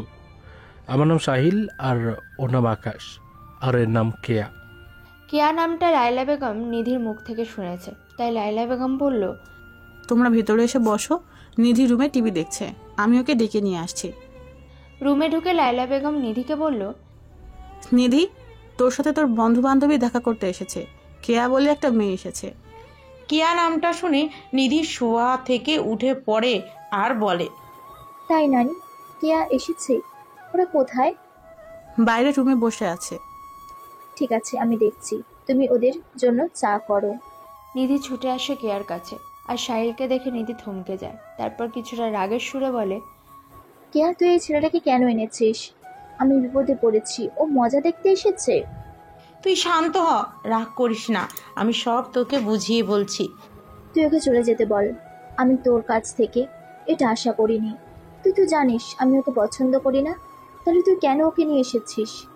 দেখ নিধি, তুই শুধু শুধু রাগ করছিস, আমার কথাটা শোন। ঠিক আছে, তুই বল। দেখ, সাহিল ভাই একজন গোয়েন্দা অফিসার, তোর বাবার কেসে তদন্তকারী অফিসার। তোর কোনো ভয় নেই, ও কোনো ক্ষতি করবে না। ও তোকে কিছু জিজ্ঞাসা করবে, তাই তুই রাগ করিস না। আর ও তোর মায়ের। কেয়াকে কথাটা সাহিল বলতে দিল না। তার আগে সাহিল বলল, নিধি, বাড়িতে কেউ এলে তাকে অপমান করতে নেই। আমাদের খিদে পেয়েছে, কিছু খাবার আছে, খাবো। এটা আমার বাড়ি নয়, এটা আমার নানির বাড়ি। নানি আপনাদের জন্য চা করে নিয়ে এসেছে। ঠিক আছে, চা খাওয়ার পর কথা বলবো। এখন বলো, তোমার শরীর ঠিক আছে তো? ওই আছি একরকম। আপনার তো ভালোই হয়েছে, আমার বাবা জেল খাটছে। আপনি তো ওটাই চেয়েছিলেন। আমার মনে হচ্ছে আপনি যত নষ্টের গোড়া আমার বাবাকে জেলে ঢুকিয়েছেন। তবে আমি আপনাকে ছাড়বো না। আমার বাবাকে আমি খুব ভালোবাসি, আর তাকে যে কষ্ট দেয় আমি তাকে সারা জীবন ঘৃণা করি। নিধির কথা শুনে সাহিল হাসল, কিছু বলল না। লায়লা বেগম চা নিয়ে এলে সাহিল বলে, আপনি নিধির নানি মানে আমারও নানি। নানি, আপনার সাথে আমার কিছু কথা আছে, রুমে চলো। নানি কেন রুমে যাবে? নানির সাথে আমার কিছু কথা আছে, আর যেটা আমি তোমাকে বলবো না। না, নানি রুমে যাবে না। যা বলবেন আমার সামনে বলবেন। নিধিকে থামিয়ে দিয়ে লায়লা বেগম বলে, ঠিক আছে, তোকে আর চাচাতে হবে না। কি বলছে ছেলেটা শুনি না। তাছাড়া তোর মতন ইয়ং মেয়েকে রেখে আমার মতো বুড়িকে কেউ পছন্দ করে? নানির কথায় নিধি কিছু বলে না। সাহিল লাইলা বেগমকে নিয়ে রুমে আসে। তারপর লাইলা বেগমের উদ্দেশ্যে বলে, নানি, আমি কিছু কথা বলবো আপনাকে। আমি যতক্ষণ কথা বলবো আপনি চুপ করে শুনবেন, তারপর আপনি বলবেন। তারপর সাহিল লাইলা বেগমকে বলতে শুরু করলো, আপনি যখন নিধির মায়ের আত্মীয়, আপনি নিশ্চয়ই কিছু শুনে থাকবেন। এই তারেক সরকার লোকটা ভালো নয়, আর তারেক সরকার নিধির বায়োলজিক্যাল বাবা নয়। তারেক সরকার খুব বাজে লোক। ও চাকরির নাম করে অনেক লোকের কাছ থেকে ঘুষ নিয়েছে। তাছাড়া অনেক অভিযোগ আছে ওনার বিরুদ্ধে। ওর বিরুদ্ধে অনেক অভিযোগ আছে, তাই আজকে ও জেলে আছে। আর একটা কথা আপনি জানেন কি, তারেক সরকার লোক লাগিয়ে নিধির মাকে খুন করেছে। নিধির মা আর বেঁচে নেই। সাহিলের কথায় লায়লা বেগম চিৎকার করে কেঁদে ওঠে। সাহিল লায়লা বেগমকে শান্ত করে, তারপর সমস্ত ঘটনা একের পর এক খুলে বলে। তার সাথে দেখা করা, তাদের গ্রামের বাড়িতে যাওয়া, পুকুরে লাশ ভেসে ওঠার সমস্ত ঘটনা লায়লা বেগমকে বলে। সব শুনে লায়লা বেগম বলে, আমি সব কিছু জানি। ও যেদিন তোমার সাথে দেখা করেছিল, ওর সেদিন আমাকে বলেছিল ও তোমার চাচাকে ভালোবাসতো। তারপর ছোটবেলায় তোমার মা নিধিকে পছন্দ করেছিল আর ওকে তোমার বউ বানাবে বলেছিল। নিজের মায়ের ব্যাপারে নিধিকে এখন কিছু বলার দরকার নেই। মা ওকে নিয়ে যেতে বলেছে, তাই নিধিকে আমি নিজের সাথে নিতে চাচ্ছি। ও এবার থেকে আমার বাবা মার সাথে থাকবে। আপনি ওকে একটু বুঝিয়ে বলবেন, আর ওর সামনে কান্নাকাটি করবেন না। ও যদি জেনে যায় অসুবিধা হবে। ওকে যেভাবেই হোক এখান থেকে নিয়ে যেতে হবে। হ্যাঁ বাবা, তুমি ওকে এখান থেকে নিয়ে যাও। ও তোমাদের মতো মানুষের কাছে ভালো থাকবে। আমার কাছে থাকলে আমি ওকে নিরাপত্তা দিতে পারবো না। খুশবুর জীবনটা তারেক শেষ করে দিল, তুমি নিধির জীবনটা বাঁচাও। তারপর নিধিকে মায়ের সাথে দেখা করার নাম করে ওখান থেকে নিয়ে আসে। সাহিল কেয়াকে বলে, কেয়া, তুমি নিধির সাথে কিছুদিন আমাদের বাড়িতে থাকবে। আস্তে আস্তে নিধিকে সব জানাতে হবে, তখন তুমি ওর পাশে থাকবে। সাহিলদার বাড়িতে এসে সানিয়াকে দেখে নিধি বলে, আমাকে কেন এখানে এনেছেন? নিধির কথা কেয়া বলে, দেখ নিধি, এখন পরিস্থিতি ভালো নয়, কিছুদিন ভাইয়াদের বাড়িতে থাকা দরকার। কেন দরকার? আমি কেন এখানে থাকবো? তোর বাবার নামে অভিযোগ আছে, পাবলিক এখন রেগে আছে, তাই এই মুহূর্তে তোর ওই বাড়িতে গেলে হবে না। আর ভাইয়া যেহেতু এই ঘটনা তদন্ত করছে, তাই ভাইয়াকে কেউ সন্দেহ করবে না। তুই এখন এখানে থাক, পরে তোদের বাড়ি ফিরে যাবি। আমি মায়ের সাথে দেখা করব। তোরা আমার মায়ের খোঁজ কর, মা থাকলে সব ঠিক হয়ে যাবে। নিধির কথায় উপস্থিত সকলের মনটা একটু খারাপ হয়ে যায়। স্যার, খুশবু বেগমের মেয়ে এসেছে। লাশটা চিহ্নিত করতে হবে। লাশকে দেখিয়ে কবরে দিয়ে দিন। ঠিক আছে, ওর মেয়েকে এখানে আনার ব্যবস্থা করুন। বাড়ির সকলের উপস্থিতিতে কেয়া ও মারিয়া বেগম নিধিকে তার মায়ের মৃত্যুর কথা শোনায়। মা নেই শুনে নিধি চিৎকার করে কেঁদে ওঠে। মারিয়া বেগম সান্ত্বনা দিয়ে বলে, দেখো নিধি, তুমি আমার মেয়ের মতো। সানিয়া যেমন আমার মেয়ে, তুমিও আমার মেয়ে। তোমার মাকে আমি খুব ভালোই চিনতাম। তোমার যখন 2 বছর বয়স, তখন আমি তোমার প্রথম দেখেছি। তবে তারেক সরকার কিন্তু ভালো লোক নয়। আর তুমি জানো কি, ও তোমার নিজের বাবাও নয়। তারপর মারিয়া বেগম নিধিকে তারেক সরকারের কুকীর্তির কথা একের পর এক বলে। সব শুনে নিধি বোবা হয়ে যায়। একদিকে মায়ের মৃত্যু, আর যে লোকটাকে সে বাবা বলে জানতো, যাকে পৃথিবীতে সব থেকে বেশি ভরসা করতো, ভালোবাসতো, বিশ্বাস করতো, সেই মানুষটা এত ভয়ঙ্কর, সে আর মাথা নিতে পারছে না। সবাই তো আর মিথ্যা কথা বলছে না, এতগুলো মানুষ একসাথে বলছে। তাই নিধি সবকিছু মেনে নেয় আর বলে, আমি মায়ের লাশটা অবশ্যই দেখব, তবে তার আগে আমি ওই তারেক সরকারের মুখোমুখি হতে চাই। আমার মা কি অপরাধ করেছিল? কেন সে আমার মায়ের জীবনটা নষ্ট করে দিল? কেন সে আমার বাবাকে হত্যা করলো? কেন আমার জীবনটাকে নিয়ে ছেলে খেলা করলো? এর জবাব ওই জানোয়ারকে দিতেই হবে। নিধির কথা শুনে সাহিল বলে, তারেক সরকারের কেসটা তদন্ত চলছে, আমি তার দায়িত্বে আছি। আমি অবশ্যই ওনাকে শাস্তি দেব। তবে তুমি তোমার মাকে চিহ্নিত করে এসো। তোমার মায়ের লাশের অবস্থা খারাপ, ওনাকে কবর দিতে হবে। তুমি শক্ত হও নিধি, আমরা সবাই আছি তোমার সাথে। এত কিছু ঘটনা শুনে নিধি কাঁদতে ভুলে যায়। থানায় গিয়ে মায়ের লাশ চিহ্নিত করে। তারপর সবাই মিলে খুশবু বেগমের কবর দেওয়ার ব্যবস্থা করে। এই ঘটনার 1 সপ্তাহ পর নিধি মোটামুটি অনেকটাই সুস্থ হয়ে যায়। সে আজকে এসেছে তারেক সরকারের সাথে দেখা করতে। তারেক সরকার নিধিকে দেখে বলে, কিরে মা, কেমন আছিস? তারেক সরকারের ভালো মানুষের রূপ দেখে নিধি রেগে যায় আর বলে, খবরদার, আমাকে একদম মা বলে ডাকবি না। তুই আমার বাবাকে আমার থেকে ছিনিয়ে নিয়েছিস, তুই আমার মাকে ছিনিয়ে নিয়েছিস, তুই আমার জীবন শেষ করে দিয়েছিস, আর তুই আমাকে মা বলে ডাকছিস? আরে তুই আর কত নিচে নামবি? তুই আমার সম্পত্তির লোভে আমাকে খুন করতে চাস। আরে তুই যদি বলতিস আমি তো সবটা তোকে দিয়ে দিতাম। তোকে তো আমি পৃথিবীর মধ্যে সব থেকে বেস্ট বাবা ভাবতাম। আর তুই কি করলি? তোকে এখন জানোয়ারের থেকে ভয়ঙ্কর মনে হচ্ছে। তুই যে পাপ করেছিস তার শাস্তি অবশ্যই তুই পাবি। চাকরি দেবার নাম করে হাজার হাজার লোকের কাছ থেকে তুই ঘুষ নিয়েছিস। তোকে তো আল্লাহ ক্ষমা করবে না। না, আর আমি তোর মুখ দেখব। ওরা সব মিথ্যা কথা বলছে মা। তারেক সরকারের কথা শুনে নিধি উত্তেজিত হয়ে গেলে সাহিলের মহিলা অফিসাররা নিধিকে আটকায় আর সেখান থেকে নিয়ে চলে যায়। তদন্তের কাজ খুব দ্রুত শেষ হয় আর তারেক সরকারকে যাবজ্জীবন কারাবাস দেওয়া হয়। সাজিদ ধরা পড়ে, সে সবকিছু স্বীকার করে, তারও যাবজ্জীবন হয়। এদিকে মারিয়া বেগমের কোলে মাথা দিয়ে নিধি শুয়ে আছে। নিধি মারিয়া বেগমের মাথায় হাত বুলিয়ে দিচ্ছে আর বলছে, জানিস মা, তুই যখন 2 বছর তখন তুই প্রথম এসেছিলি, তোকে দেখে আমার ভালো লেগে গিয়েছিল। কি মিষ্টি সেই মেয়েটা। আমি আজও তোর সেই মিষ্টি মুখটা ভুলতে পারিনি। তখনই তোর মাকে আমি বলেছিলাম তোর ওই মিষ্টি মেয়েটাকে আমার ছেলের বউ করব। আচ্ছা আন্টি, আপনি এত ভালো, আপনার ছেলে কেন এত খারাপ? কে বললো আমার ছেলে খারাপ? আমি জানি ও খারাপ ছেলে। মারিয়া বেগম জানে নিধি এখনো রেগে আছে তার ছেলের উপর। হয়তো এই ঘটনার জন্য। নিধির কথা শুনে মারিয়া বেগম বলে, ঠিক আছে, তোমার হয়ে ওকে আমি বকে দেবো। আজকে নিধি জায়েদ খানের কাছে যায় আর বলে, আঙ্কেল, আমি ভুল করেছি, আপনি আমায় ক্ষমা করুন। আরে পাগলি, তুই তো আমার মা। মা কখন ছেলের কাছে ক্ষমা চায়? রাতের বেলা সাহিল মাকে ফোন করে আর বলে, আসসালামু আলাইকুম মা, কেমন আছো? ওয়ালাইকুম আসসালাম বাবা, আলহামদুলিল্লাহ। মা, নিধি কি করছে? সানিয়া রুমে আছে, ওর সাথে গল্প করছে। ও আজকে খুব হাসছিল সানিয়ার মিরাজের ঘটনাটা শুনে। এই বাড়িতে আসার পর আজকেই প্রথম ওকে হাসতে দেখলাম। খুব ভালো লাগছে রে। মেয়েটার সম্বন্ধে আমাদের ভুল ধারণা ছিল। আসলে তারেক সরকার লোকটা ওকে খারাপ করেছি। এখন মনে হচ্ছে মেয়েটা খারাপ নয়। সানিয়ার বিয়ের পরই আমি তোদের বিয়ে দিয়ে দিব। ও তোমাদের কাছে ক্ষমা চেয়েছে ঠিকই, কিন্তু ও তো আমাকে ক্ষমা করেনি। অথচ আমি কোনো দোষই করিনি। সেই কবে কি বলেছে সেটা নিয়ে বসে আছে। বলছে পাবলিক প্লেসে ওইভাবে কথা বলা উচিত হয়নি।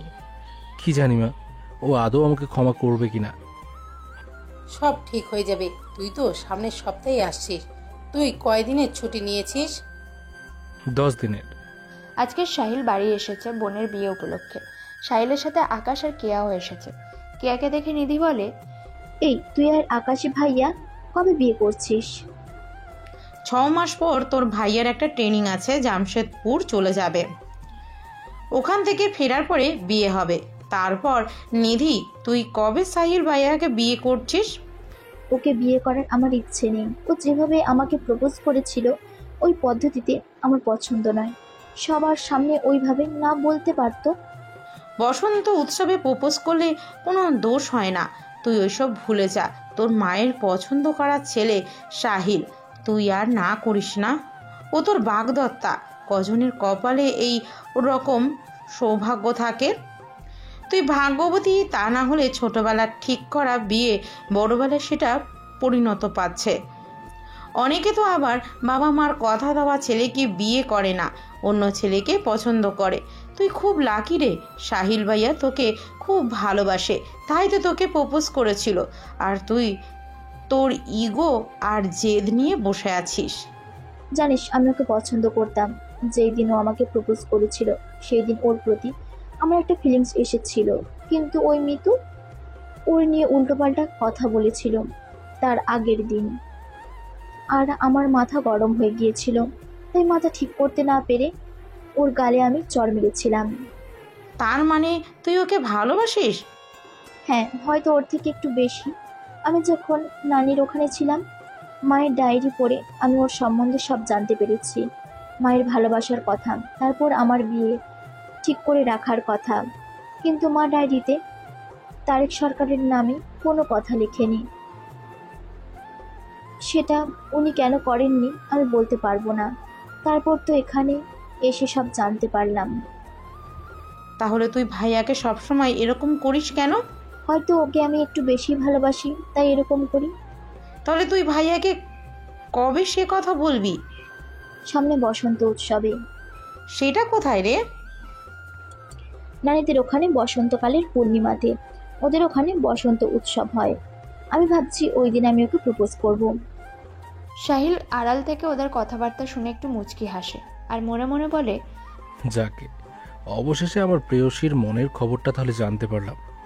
দেখা যাক বসন্ত উৎসবে আমার ভাগ্যে বসন্ত উদয় হয় কিনা। সানিয়া মিরাজের বিয়ে হয়ে যায় আর একই দিনে খুব সাধারণভাবে সাহিল আর নিধিরও বিয়ে হয়ে যায়। বাসরাতে নিধি সাহিলের উদ্দেশ্যে বলে, বিয়ে করেছেন বলে অধিকার দেখাবেন না। আমি যতক্ষণ না নিজে থেকে আপনাকে চাইব ততক্ষণ আপনি আমার কাছে আসতে পারবেন না। ওকে ম্যাডাম, তাই হবে। দেখতে দেখতে আরো 6 মাস হয়ে গেল। সাহিল ছুটিতে বাড়িতে এলে নিধি বলে, শুনছেন, আমি নানিদের ওখানে যাব আর আপনি আমার সাথে যাবেন। ওখানে বসন্ত উৎসবে আমি গান করব আর আপনি নাচবেন। কি কি নয় জি, আমি কোনো কথা শুনবো না। বাবা মাকে বলে নিধি সাহিলকে তার নানির ওখানে নিয়ে যায়। অনেকদিন থেকে ঠিক ছিল নিধি গান করবে। নিধি ওখানে থাকাকালীন ওখানকার কিছু লোক নিধির গান শুনেছিল। তারা লায়লা বেগমকে বলেছিল গান করার জন্য। নিধি বলেছিল বসন্ত উৎসবের সময় এখানে এসে ও গান করবে, তাই সে কথাও রেখেছে। নিধি পরপর 2টো রবীন্দ্রসঙ্গীত গান করলো। সাহিল নিধির গান শুনে খুব খুশি হলো। রাতের বেলা নিধি সাহিলকে বলল, কি করছো? কি করব, বউ তো আর কাছে নাই, তাই বসে বসে গেম খেলছি। আজকে পূর্ণিমা, কি সুন্দর চাঁদ উঠেছে, চলুন না ছাদে যাব। নিধি আর সাহিল ছাদে যায়। নিধি সাহিলকে বলে, সাহিল, আজকে যদি আমি তোমাকে কিছু দেই তুমি গ্রহণ করবে? নিধির কথায় সাহিল হাসে আর বলে, তোমাকে তো অনেকদিন আগেই আমি গ্রহণ করেছি, আর নতুন করে কি গ্রহণ করব? তারপর নিধি একটা গোলাপ নিয়েছে, সাহিলের পায়ের কাছে বসে আর বলে, আই লাভ ইউ সাহিল। শুধু তুমি আর আমি দুজনে দুজনার রব। আজকে তুমি ভালোবেসে আমাকে আপন করে নেবে। আমি আমার সবটা তোমাকে দিতে চাই। তুমি আমাকে গ্রহণ করো আর পরিপূর্ণ করে তোলো আমাকে। নিধির কথা শুনে সাহিল হাসে আর বলে, অনেক অপেক্ষা করিয়েছ, আর নয়, আজকে জ্যোৎস্না রাতে এই ছাদেই হোক আমাদের বাসর রাত। না, ছাদে নয়, ওই চিলেকোঠার ছোট্ট রুমে। ছাদে নয় কেন? ফাঁকা জায়গা। তো কি হয়েছে, এখান থেকে কত সুন্দর চাঁদ দেখা যাচ্ছে। তবু আমার লজ্জা লাগছে। দেখুন না, এই রুমটা থেকে চাঁদটা কত সুন্দর দেখতে লাগছে। এই পবিত্র পূর্ণিমার চাঁদ, চারিদিকে জ্যোৎস্না খেলা করছে, কত রোমান্টিক পরিবেশ। আর তুমি এখনো আনরোমান্টিক থাকো। কথাটা নিধিকে শেষ করতে দিল না। তার আগেই সাহিল নিধিকে কোলে তুলে নেয় আর কানের কাছে মুখ এনে ফিসফিস করে বলে, না গো সোনা, তোমার জামাই আনরোমান্টিক নয়, আর আমি তোমার কথা মেনে নিলাম। চিলেকোটার ছোট্ট রুমেই হোক আমাদের বাসর রাত। চন্দ্রকে সাক্ষী রেখে চিলেকোঠার ছোট্ট রুমে সাহিল আর নিধি একে অপরের সাথে ভালোবাসার সাগরে ডুব দেয়। এই গল্পের কাহিনী এখানেই সমাপ্ত। প্রিয় শ্রোতা বন্ধুরা, আমাদের গল্পটি এখানেই শেষ হচ্ছে। আশা করছি আপনাদের গল্পটি খুব ভালো লেগেছে। যদি ভালো লেগে থাকে অবশ্যই লাইক, কমেন্ট, সাবস্ক্রাইব এবং শেয়ার করতে ভুলবেন না। এবং এখনও পর্যন্ত যারা আমাদের চ্যানেলটিকে সাবস্ক্রাইব করেননি, প্লিজ সাবস্ক্রাইব করুন, কারণ আরও নতুন নতুন গল্প কিন্তু আসতে চলেছে আমাদের চ্যানেলে। তো সাবস্ক্রাইব করে আমাদের পাশে থাকুন। তো আজকের গল্পটি এই পর্যন্তই। দেখা হচ্ছে পরবর্তী গল্পে। ততক্ষণ ভালো থাকবেন, সুস্থ থাকবেন।